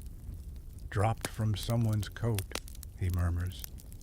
But you both know it's not recent. The fabric is too stiff, too weathered. It's a remnant from someone who passed here earlier, someone whose journey ended before reaching safety. He swallows hard and tucks the button into his pocket, as if carrying it might keep him from suffering the same fate. Further inland, the men build makeshift camps, nothing more than cloth windbreaks and circles of stones to shield against the worst gusts. There is no warmth, no sheltered corner, no proper rest. It's survival stripped down to its harshest form. The officers record distances and bearings, as if writing them down could make this place any less deadly. As the day drags toward its colorless evening, you notice how quiet everyone has become. Not the calm quiet. This is something sharper. A silence that holds too many unanswered questions. A silence that hides the weight of stories whispered by the Inuit, stories these men hope aren't true, but fear they might one day embody. One sailor tries to lighten the mood as he drops heavily onto a block of ice. "At least the island has variety," he says dryly. "Ice, rocks, more ice, really spoiling us with options." Joke number one. It earns a few tired chuckles, but mostly the wind responds, brushing snow across his boots. You wander away a little, letting your gaze sweep across the barren terrain. The light is dim, nearly gone, even though it's early in the evening. Everything feels suspended in a slow, frozen breath. Off in the distance, you see a shape. Maybe a stone cairn, maybe just a rock, though something about it feels intentional. You walk toward it, boots crunching rhythmically. As you get closer, the structure becomes clearer, a carefully stacked pile of stones, undeniably human-made. The men gather around behind you, brushing snow from its edges.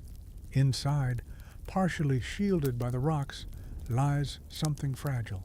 You sense the gravity of it before you even see the object, paper. A fragment of a note, its ink faded, its edges stiff from cold. This is what later searchers will call the Victory Point note, though right now it's only a message left by officers trying desperately to communicate their progress.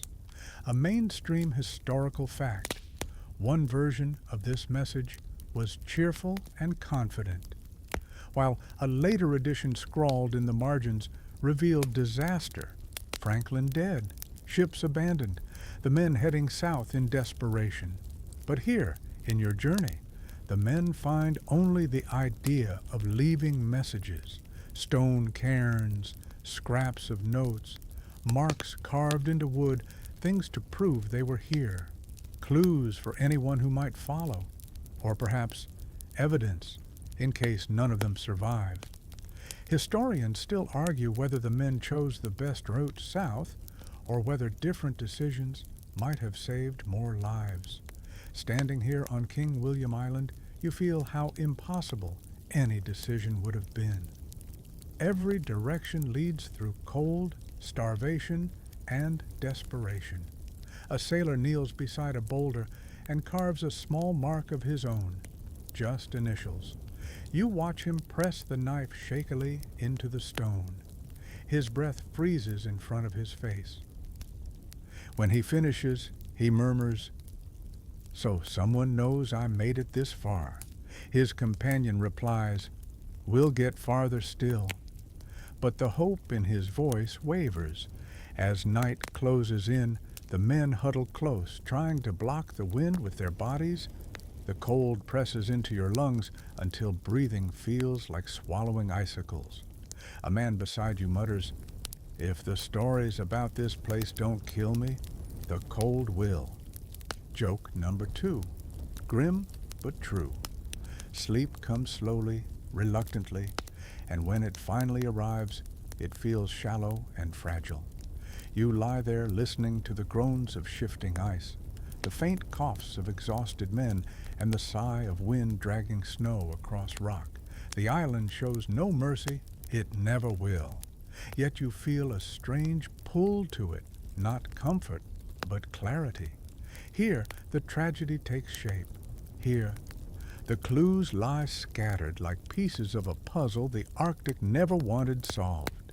Here, the men's hopes narrow into thin, trembling lines. You breathe out slowly, watching your breath drift upward and disappear, like so many traces of the expedition scattered into the frozen air of King William Island. You wake to the sound of scraping, metal against stone, slow and deliberate, as the men rise stiffly in the pale Arctic morning. It's barely light, just a thin wash of gray settling over King William Island like someone half-heartedly brushed the world with diluted ink. You stand, joints aching in a sympathy you can't explain, and watch the officers gather near a cluster of low stones. Their breaths puff into the air in short, sharp bursts. Something is happening, something important. You follow quietly, boots crunching over snow that behaves more like powdered glass than anything soft. The wind nips at your cheeks, playful but cruel in its persistence. As you draw near, you see what their hands are working on, a cairn. Not one made by Inuit travelers this time, but one built by the expedition itself. A place to leave a message, a paper trail in a land that eats paper. A mainstream historical fact comes to mind. Franklin's men left several written notes in cairns as they traveled. Brief records of position, health, ship status, and leadership. These scraps of paper, protected by stone, would later become some of the only first-hand clues the world would ever have. Some versions optimistic, some devastating. One of them, the most famous, would be found at Victory Point, revealing Franklin's death and the abandonment of the ships. You watch as a lieutenant carefully unwraps a small sheet of paper, the fibers already stiff with cold despite being kept close to his body. His fingers tremble, not with fear, but with the kind of exhaustion that seeps into bone. Another officer reads over his shoulder, nodding slowly. The message is brief, almost painfully so. Location, date, status. The hope is that someone, anyone, might one day find it. They fold the note with ritual precision and slide it into a small tin cylinder. The cylinder disappears into the heart of the cairn as the men place the last stones over it. When they finish, an officer rests his palm on the top rock and closes his eyes for a moment, as if offering a silent prayer. You move away slightly, the weight of their gesture settling over you. These are not messages of triumph. They're not even messages of hope. They're breadcrumbs left by men who know they might never return to explain themselves. Nearby, another group of sailors sift through the snow, uncovering a second cairn left by an earlier detachment. The stones tumble aside easily, reluctant guardians of what lies beneath. Inside, wrapped tightly against the elements, they find a small scrap of paper, barely legible, but unmistakably a message from their own. A short note. All well. It must have been left months earlier, before the ice locked them in, before Franklin died, before the slow unraveling began. The men stare at it, their breaths coming faster. All well is a bitter, fragile echo now. One man rubs at his eyes, claiming it's just snow in them. Joke number one, soft but trying. As the men reassemble the cairn, you glance at the message again. The ink is faded, but the optimism sits there like a ghost. You wonder how many of the men who wrote that line were still alive when this group left the ships. You wonder how many made it even this far. You drift down a slope of gravel and ice, following a scatter of objects half buried in the snow. A torn scrap of fabric, a spoon, a boot sole. Every item feels like a whispering question. You crouch and brush fingers across the spoon, initials scratched into the handle. It once belonged to someone who needed it, who likely carried it until his fingers no longer had strength. You place it gently back where you found it, the snow reclaiming it instantly. You glance up as a small team of men climbs another rise. Their silhouettes stagger slightly against the wind, legs trembling under the weight of hunger and cold. They're searching for anything left behind, notes, signs, scraps, evidence of a path they might follow or avoid. Historians still argue whether the men traveling south knew the exact fate of groups that had gone ahead or stayed behind. Communication was limited, scattered, fragile as the paper in those cairns. Some say the officers kept bad news quiet. Others insist the men understood fully that many would never make it out. The truth seems spread out, like everything here, in fragments across the island. You follow one man as he wanders toward a low ridge. He kneels, brushing snow aside with shaking hands. You see it too, a faint carving on a stone. Initials, a date, a line scratched quickly but intentionally, a story reduced to shorthand. The man stares at it a long time, exhaling slowly. At least they made it this far, he whispers. You're not sure if it comforts him or crushes him. As afternoon drags on, the sky dims again. Not quite evening, but the Arctic doesn't bother distinguishing. The men gather for a meager meal, hard biscuits, a few spoonfuls of something that used to be broth, a sip of melted snow. Their hands tremble as they eat. Many barely finish. One man stares at his biscuits so long you wonder if he's forgotten what food is supposed to do. Another tries to bite his and winces, muttering, "I think my teeth gave up a week ago." Joke number two. You sit among them as they chew slowly, the sound dry and thin. A few cough, a few stare blankly. One man pulls a scrap of paper from his coat, just a corner of an old letter. He reads it silently, lips moving faintly, then tucks it back with the care of someone protecting treasure. Later, as the men pack up, they prepare to move farther down the coast. The officers want to stay close to the shoreline. Navigation is easier there, and the island's interior is even more desolate than its edges. You join them as they descend onto a stretch of uneven terrain littered with rocks and ice-streaked ridges. The wind picks up, dragging snow across the ground in thin veils. Your coat snaps. Snow stings your cheeks. And then, faintly, you see another cairn in the distance, this one older, half collapsed. The men approach carefully, scraping away snow with numb fingers. Inside, they find nothing this time, just dust, rock, and a hollow echo of who once stood here. Yet the emptiness feels like a message too. Someone stood on this exact spot. Someone built this. Someone tried. A sailor nearby shivers violently and mutters, "If these stones could talk, they'd tell us to turn back." Joke number 3, though the tremor in his voice steals its bite. You stand there, looking from cairn to cairn, from button to boot sole, from message to silence, and you feel the story tightening around the men like the island's own fingers closing slowly. Each cairn is a milestone, each message a plea, each scrap of evidence a reminder that survival isn't linear. It's splintered, scattered, sometimes lost before it's understood. King William Island doesn't offer clarity, it offers fragments.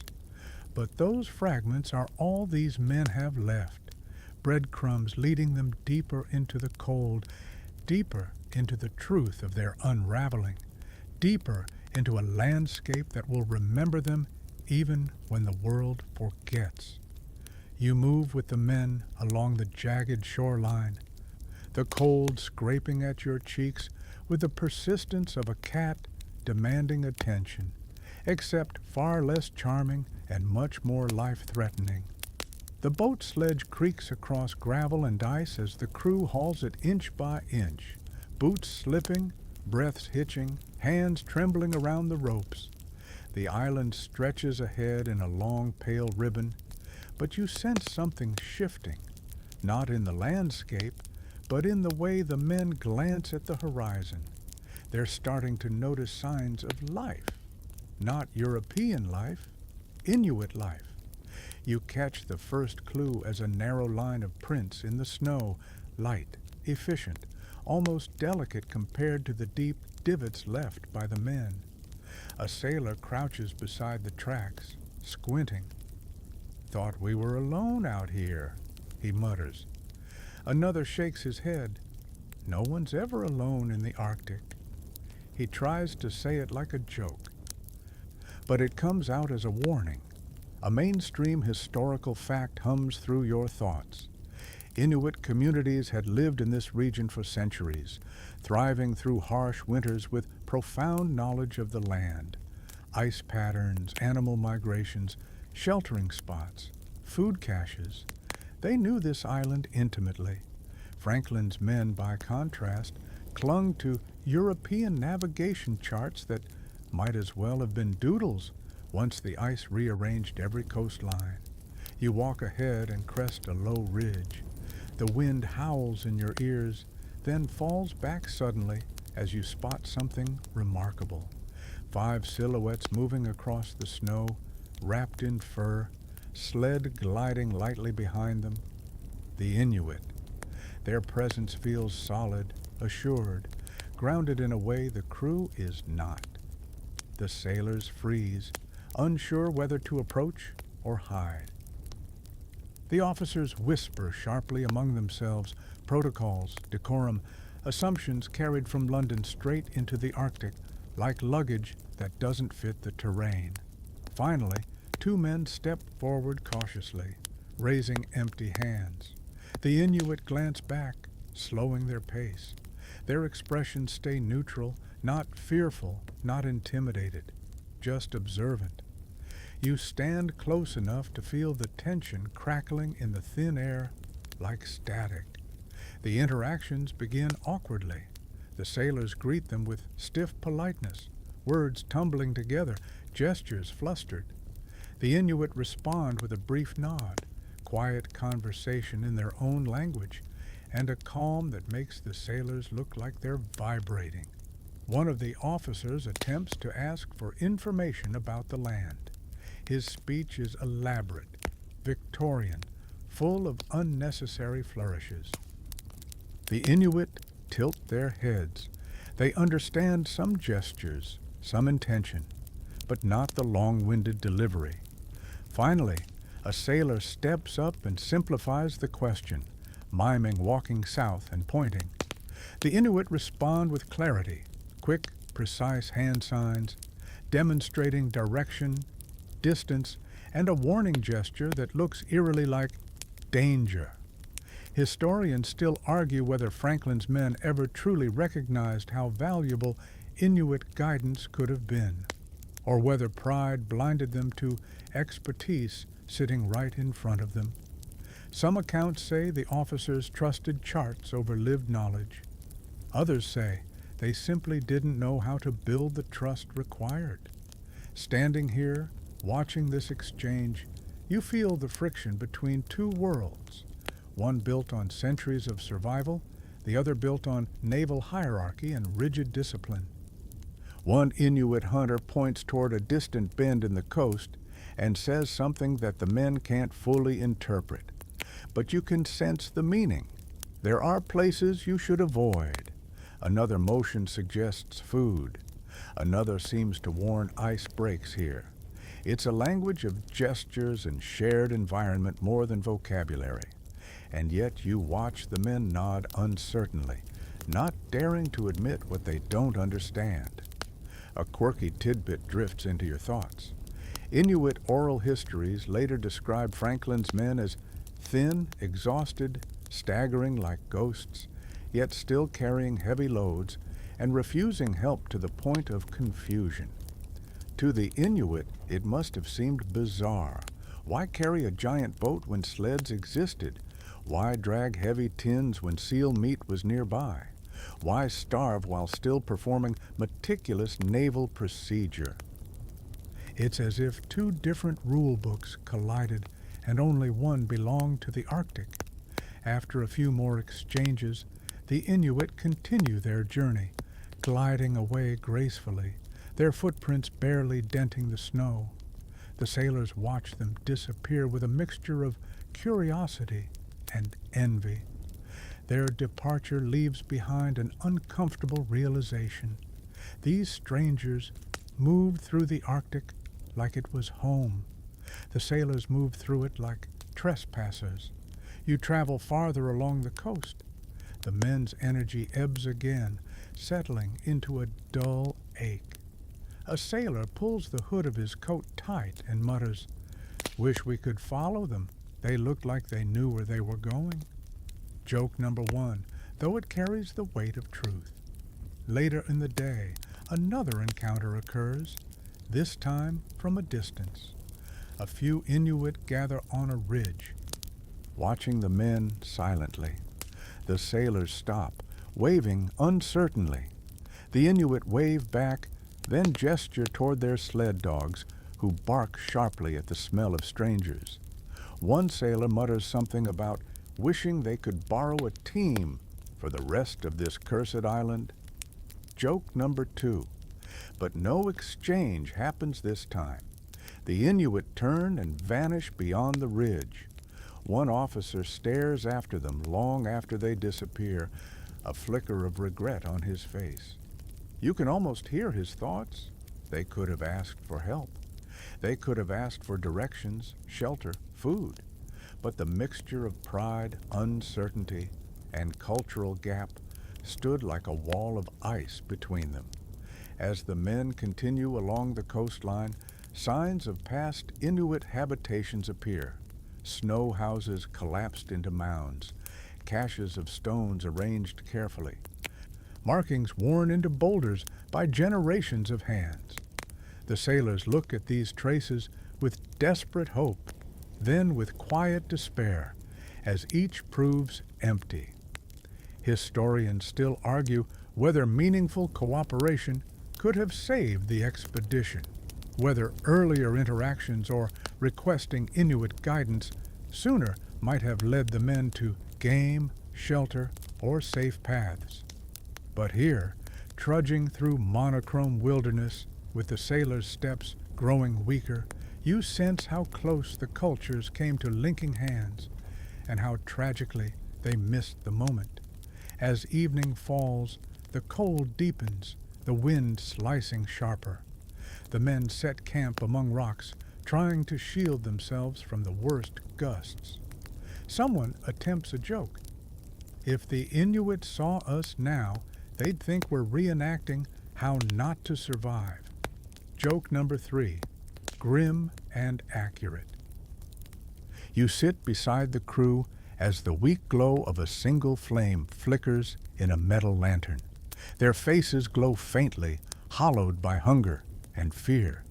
Above, the Arctic sky stretches in silent indifference, and somewhere beyond the ridges, the Inuit continue their journey, moving swiftly, surely, carrying knowledge the sailors desperately need but never fully grasp. You feel the ache of that lost connection, a thread that frayed instead of weaving into a lifeline. The island grows darker, the men grow quieter, and the vast gulf between what they knew and what they needed to learn widens like a crack in the ice under their tired feet. You slip into the dim morning with the men, your breath hanging in the air like slow-moving ghosts. The coastline ahead is a jagged line etched into a horizon that never fully brightens. It's hard to tell where morning ends and afternoon begins here. Light behaves more like a rumor than a fact. The crew's steps drag, their boots scuffing through the snow in dull rhythms, as if even gravity is tired. Somewhere behind them, far to the north, the ships lie abandoned in the grip of ice, slowly sinking into silence. But here the silence has a different weight.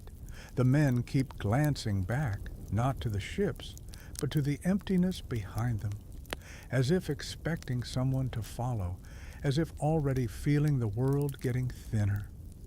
You move toward the front of the line where Lieutenant Fitzjames and Crozier walk with hard, determined focus. Their faces are gaunt, lips cracked, eyes sunken. Leadership still sits on their shoulders like armor, but you can see the strain in every step. This is the beginning of that long, desperate march south, the one that later searchers would retrace in disjointed fragments, puzzling together misery like archaeologists of despair. A mainstream historical fact rises as you watch the officers.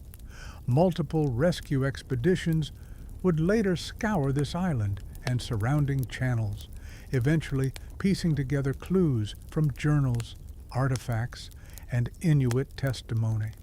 They learned that groups of Franklin's men attempted to walk south toward Back River and the distant possibility of safety, but none completed the journey.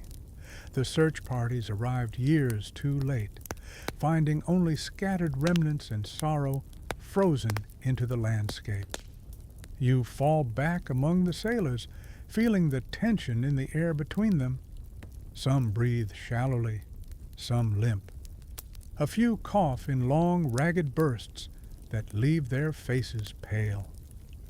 The cold hasn't just settled into their bones, it's infiltrated their resolve. Every step south feels like a bargain with the Arctic, a promise that if they just keep walking, someone, anyone, will find them. By midday, snow begins to fall in a thin, glittering curtain.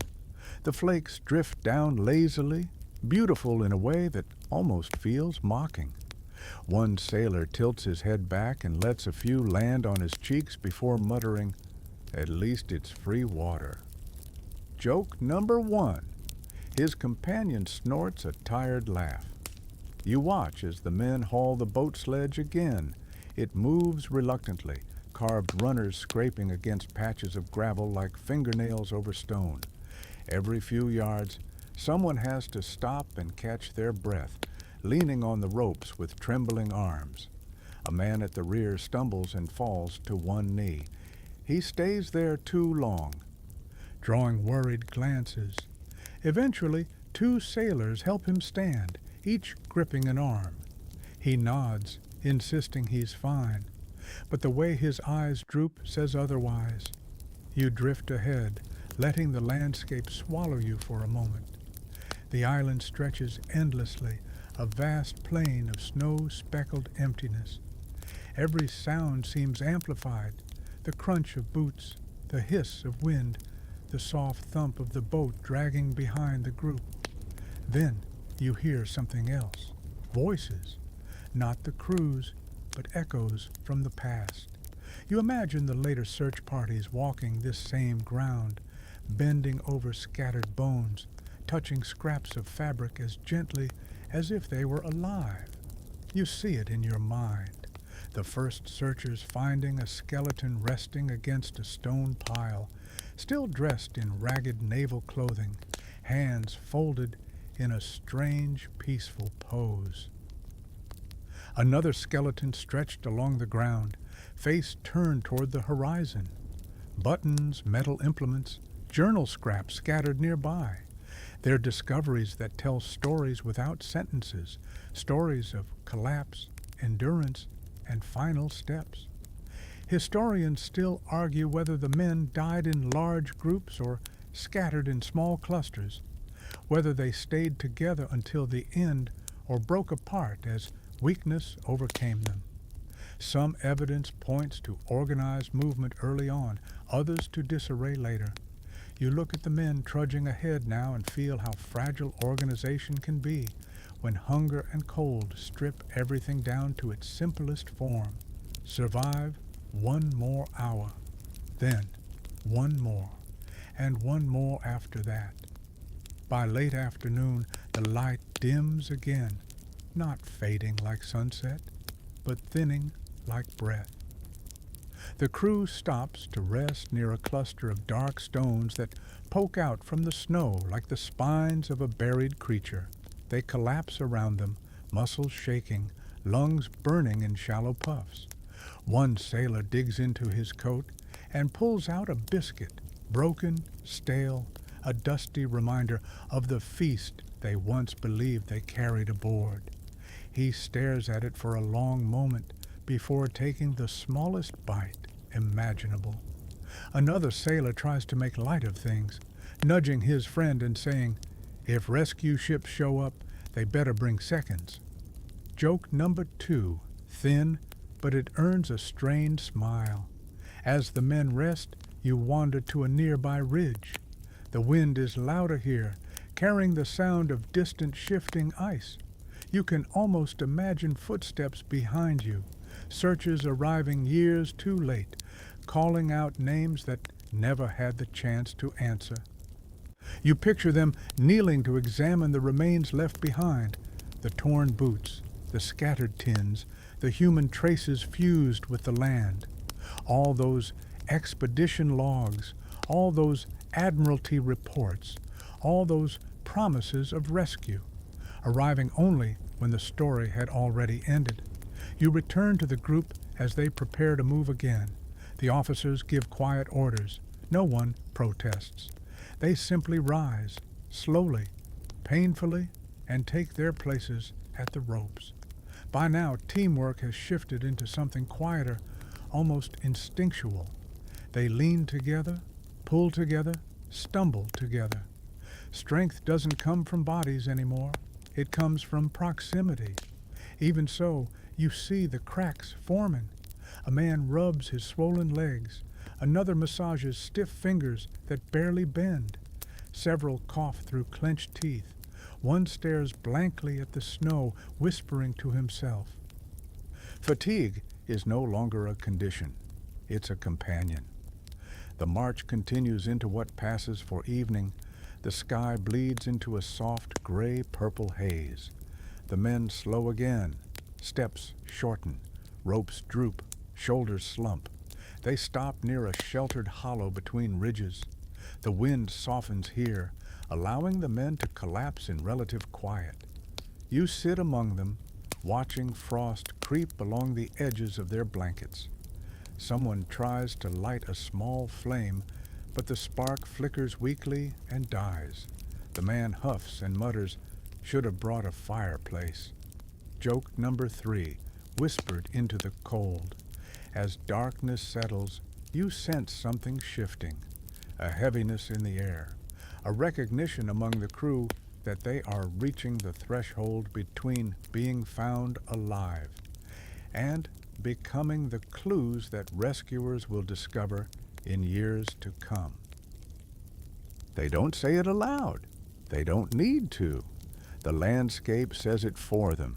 You look out across the barren expanse, feeling the weight of time layering itself here. Past, present, and future searchers all walking the same frozen paths. And in the center of that timeline, these men struggle on, unaware of the footprints that will follow, unaware that their buttons, their bones, their messages in tin will one day become the only voices left to speak for them. The cold deepens. The wind whispers through the stones, and somewhere far behind the horizon, rescue ships are preparing, but not nearly fast enough. You wake before the men do, not because you're rested, but because the Arctic has a way of nudging you awake with soft threats. A shift in the wind, a distant groan of ice, a faint tremor in the ground that reminds you everything here is temporary. The men stir slowly, joints cracking like frozen twigs, breaths puffing into the dim morning. They move with the stiffness of people who slept beside despair rather than warmth. And then, faintly through the haze of exhaustion, you feel something else, something that does not belong to this era. A vibration, a hum, a subtle thrum beneath the world, like a heartbeat rising from the deep. Modern engines, modern lights, modern certainty carving through an ancient landscape. But for now, the men don't sense it. Only you do, because you're drifting not just with them, but forward through time. The past dissolves into a shimmer of present possibility. You blink, and King William Island reshapes itself beneath your boots. The snow is the same, the ridges the same, the cold every bit as cruel, but now there's a ship on the horizon, not Erebus, not Terror. A sleek modern research vessel, its steel hull gleaming against the ice-choked sea. Floodlights sweep across the frozen surface, carving bright arcs in a world accustomed to dark. The sound is steady, mechanical, confident, so unlike the wooden groans of 1840s ships. You step closer as a team of researchers lowers a small boat into the water, a Zodiac with thick black rubber walls bouncing lightly against the hull. The crew clambers in, wrapped in insulated survival suits instead of threadbare wool. Their breath doesn't freeze mid-air. Their faces look determined but unhaunted. They are here to listen to a story written in ice and silence more than a century ago. A mainstream historical fact crosses your mind. In 2014, Parks Canada's underwater archaeologists discovered HMS Erebus in the waters near King William Island after decades of searching. Then, in 2016, they found Terror, strikingly well preserved in the frigid depths. The cold that killed the crew kept their ships nearly frozen in time. Silent vaults, waiting patiently for curious hands. You watch as the researchers glide over the water toward one of the dive holes cut into the ice. Floodlights turn the surface into a shimmering portal. The divers, sleek in neoprene and full-face masks, disappear beneath, weaving into the quiet underworld where the ship rests. You sink into the water with them, the world above fading into a distant, muffled hum. The cold is vast, pressing in from all sides, but the divers move with practiced grace, slow and deliberate, their bubbles rising like silver beads toward a ceiling of ice. And then, through the blue-green haze, she appears, HMS Erebus. Your breath catches even though you're not technically breathing. The ship rises out of the darkness like a ghostly cathedral, its wooden timbers still intact, its hull dark but recognizable, its masts collapsed yet noble in their decay. The Arctic preserved her not out of kindness, but because nothing here rots. Time stays where it lands. You drift closer, following a diver's beam of light as it drags across cannons, the capstan, coils of rope turned into frozen spirals. The deck is littered with silt, sediment, and stories.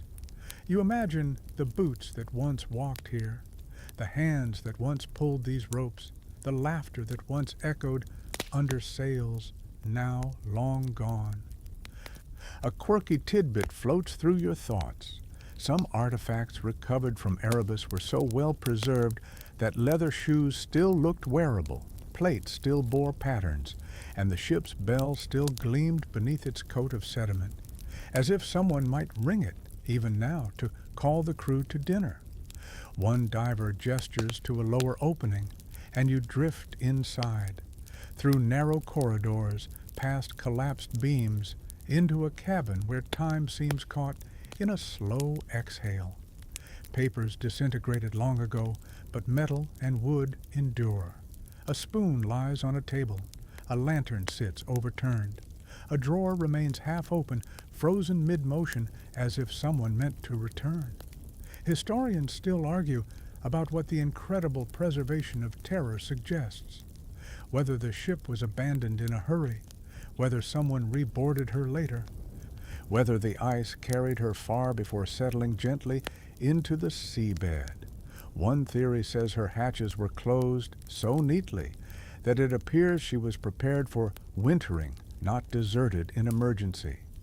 Each possibility hints at choices that may never be fully understood. You drift upward and breach into air again as the divers emerge, handing up artifacts with careful reverence. A brass fitting, a piece of dishware, a fragment of clothing. Modern crew members handle them with gloved hands, faces lit with a mix of wonder and solemnity. You watch as they catalog each item, knowing these relics will travel to conservation labs where centuries-old materials will be coaxed back from the edge of oblivion. The care they take feels like a quiet apology, an attempt to honor men who never received the rescue they waited for. Later, aboard the research vessel, a small crowd gathers around a monitor showing live footage from Terra's wreck. You lean in with them. There it is, deeper, darker, more intact than anyone had dreamed. The ship sits upright on the seafloor, as if simply resting. Windows are unbroken. The helm is still visible. Drawers in officers' cabins remain closed. The stove in the galley looks ready to light. A ladder leans where someone left it. The tranquility is eerie, serene, unsettling. One researcher murmurs, "It's like they just stepped out for a moment." You feel the truth in that. Terror seems paused rather than perished, preserved rather than destroyed, almost waiting. Someone cracks a light joke to break the tension. "Bet the boiler still works better than my car." Joke number one.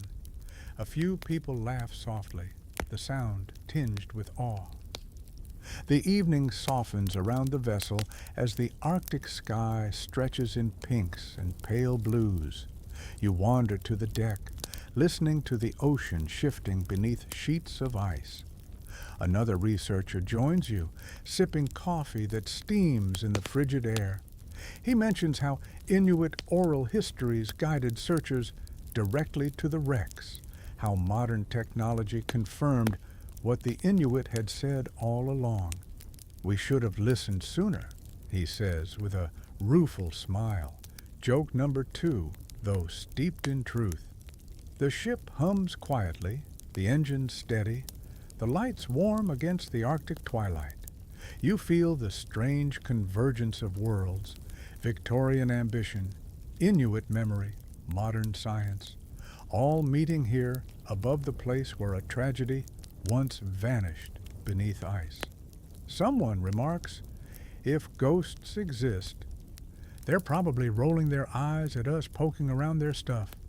Joke number 3. You stare out at the horizon, imagining the silhouettes of Erebus and Terror beneath the waves, time capsules holding stories that history is still unfolding. Their discovery didn't end the mystery, it deepened it. Each artifact, each preserved room, each unexpected detail adds another thread to a story that refuses to conclude neatly. The Arctic wind brushes past your ears, gentle now, almost approving, and as the research vessel hums into the dimming evening, you feel the quiet awe of standing at the seam between past and present, watching history rise from the deep, still cold, still patient, still whispering. You stand at the railing of the modern research vessel just a moment longer, letting the hum of the generators and the soft clatter of equipment frame your breath. The past is all around you, the ghost-light shine of Erebus and Terror in the deep, the fading footprints of starving men across King William Island, the whispers of Inuit testimony echoing through time. But now you drift back to where the story began, back to those glittering towers of tin stacked proudly in the ship's holds, back to the heart of the paradox you've been walking beside for thousands of frozen steps. How an expedition, packed with abundance, still starved. You leave the modern ship behind, its clean metal, its warm lights, and slip again into the cold, dim world of 1848, standing among the men as they struggle down the coastline, the boat sledge groaning behind them. Every breath is thinner now, every step slower, every glance filled with the knowledge that their supplies, those infamous tins, were supposed to save them. They were supposed to be the key that unlocked the Northwest Passage, not the anchor that dragged them all the way down. You walk beside a sailor whose cheeks are hollowed into shadows. He tugs weakly at the strap across his shoulder, shaking his head as he mutters, "We planned for everything but this." He doesn't specify what this is. He doesn't need to. You already feel it in your bones, the bitter truth that quantity means nothing without quality. The men weren't undone by an empty storehouse. They were undone by an unreliable one. A mainstream historical fact rises. The expedition carried years' worth of food, at least on paper. 8,000 tins of preserved meat, soups, vegetables, biscuits, lemon juice, chocolate, tea. They had more than any Arctic voyage before them. The ships were floating grocery stores by Victorian standards, but now, walking here on this wind-flayed island, you feel the cruel irony tightening like a band around your chest. Many tins spoiled early. Others were contaminated. The lemon juice probably lost its vitamin C through improper heating. The soldering was sloppy, inconsistent, dangerous. It wasn't hunger that killed them at first. It was malnutrition disguised as abundance, food that looked like safety, but only whispered promises it couldn't keep. You drift ahead as the men pause again. They open another tin, one of the few remaining. The lid cracks with a strange tug, and the smell wafts out. You see it in their eyes, disappointment sharpened with fear. The meat is grayish, slimy, wrong. A sailor pokes it with his knife and mutters, "If this is dinner, then dinner hates us." joke number 1, but even the humor is exhausted. Another sailor lifts a spoonful, tries to swallow, gagging slightly as the metallic tang spreads across his tongue. You watch his hand shake as he forces it down, knowing the calories matter even when the taste warns him away. The body is starving. Refusal isn't an option. But the food gives so little back. It fills the stomach without feeding the muscles. It warms nothing. It repairs nothing. It only delays the collapse now stalking them like a shadow.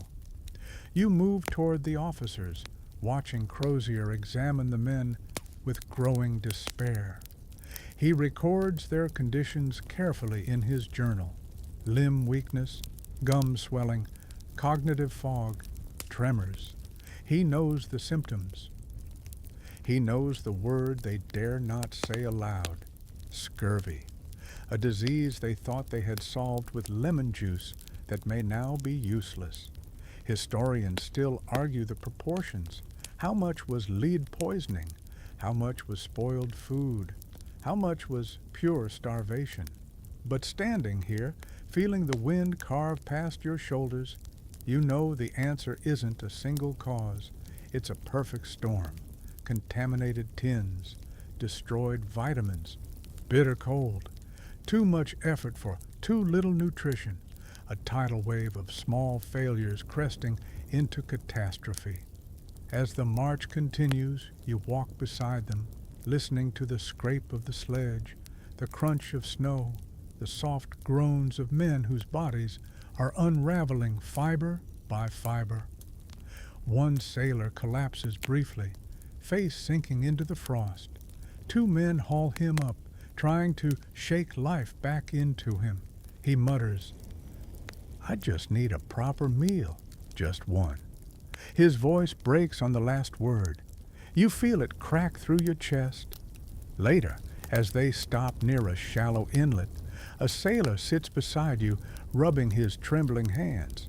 He says quietly, "We had so much food. I don't understand how we're starving." You find no answer in the silent air, just the truth lodged somewhere deep in the snow. They starved because the food failed before the men did. A quirky tidbit slides in here, darkly fitting. Some of the tins recovered by search parties years later were still sealed, perfectly intact.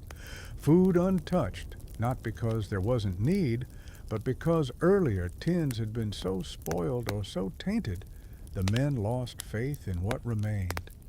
Imagine carrying salvation you're too afraid to open. The men press onward, the coastline stretching endlessly, each step heavy with the knowledge that rescue might not come.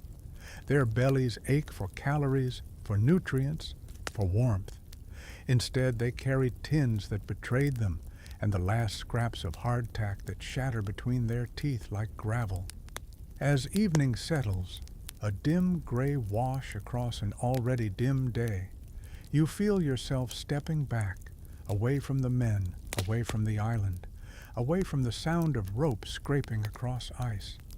You watch them disappear into the snowstorm, silhouettes thinning until nothing remains but the memory of footsteps. And then the world shifts again, forward, as if someone pulled a thread through time and tugged you along with it. You return to the modern deck, the research vessel humming softly beneath your boots. The divers are back. The artifacts rest under careful lights. And you realize the ending isn't a single moment. It's all of this, the scattered remains, the Inuit memories, the messages in cairns, the preserved wrecks in the deep, the tins that promised plenty and delivered tragedy. A researcher beside you murmurs, they weren't beaten by a lack of courage. They were beaten by logistics. Joke number 2, though, said with quiet sadness. Another adds softly, and by the ice. Joke number 3, but it's the kind that isn't funny at all. You look out across the frozen horizon and feel the full truth settle into you like the Arctic's own breath. Franklin's men starved not because they lacked food, but because their food lacked them. It lacked safety, nourishment, and the reliability needed to outlast the cold.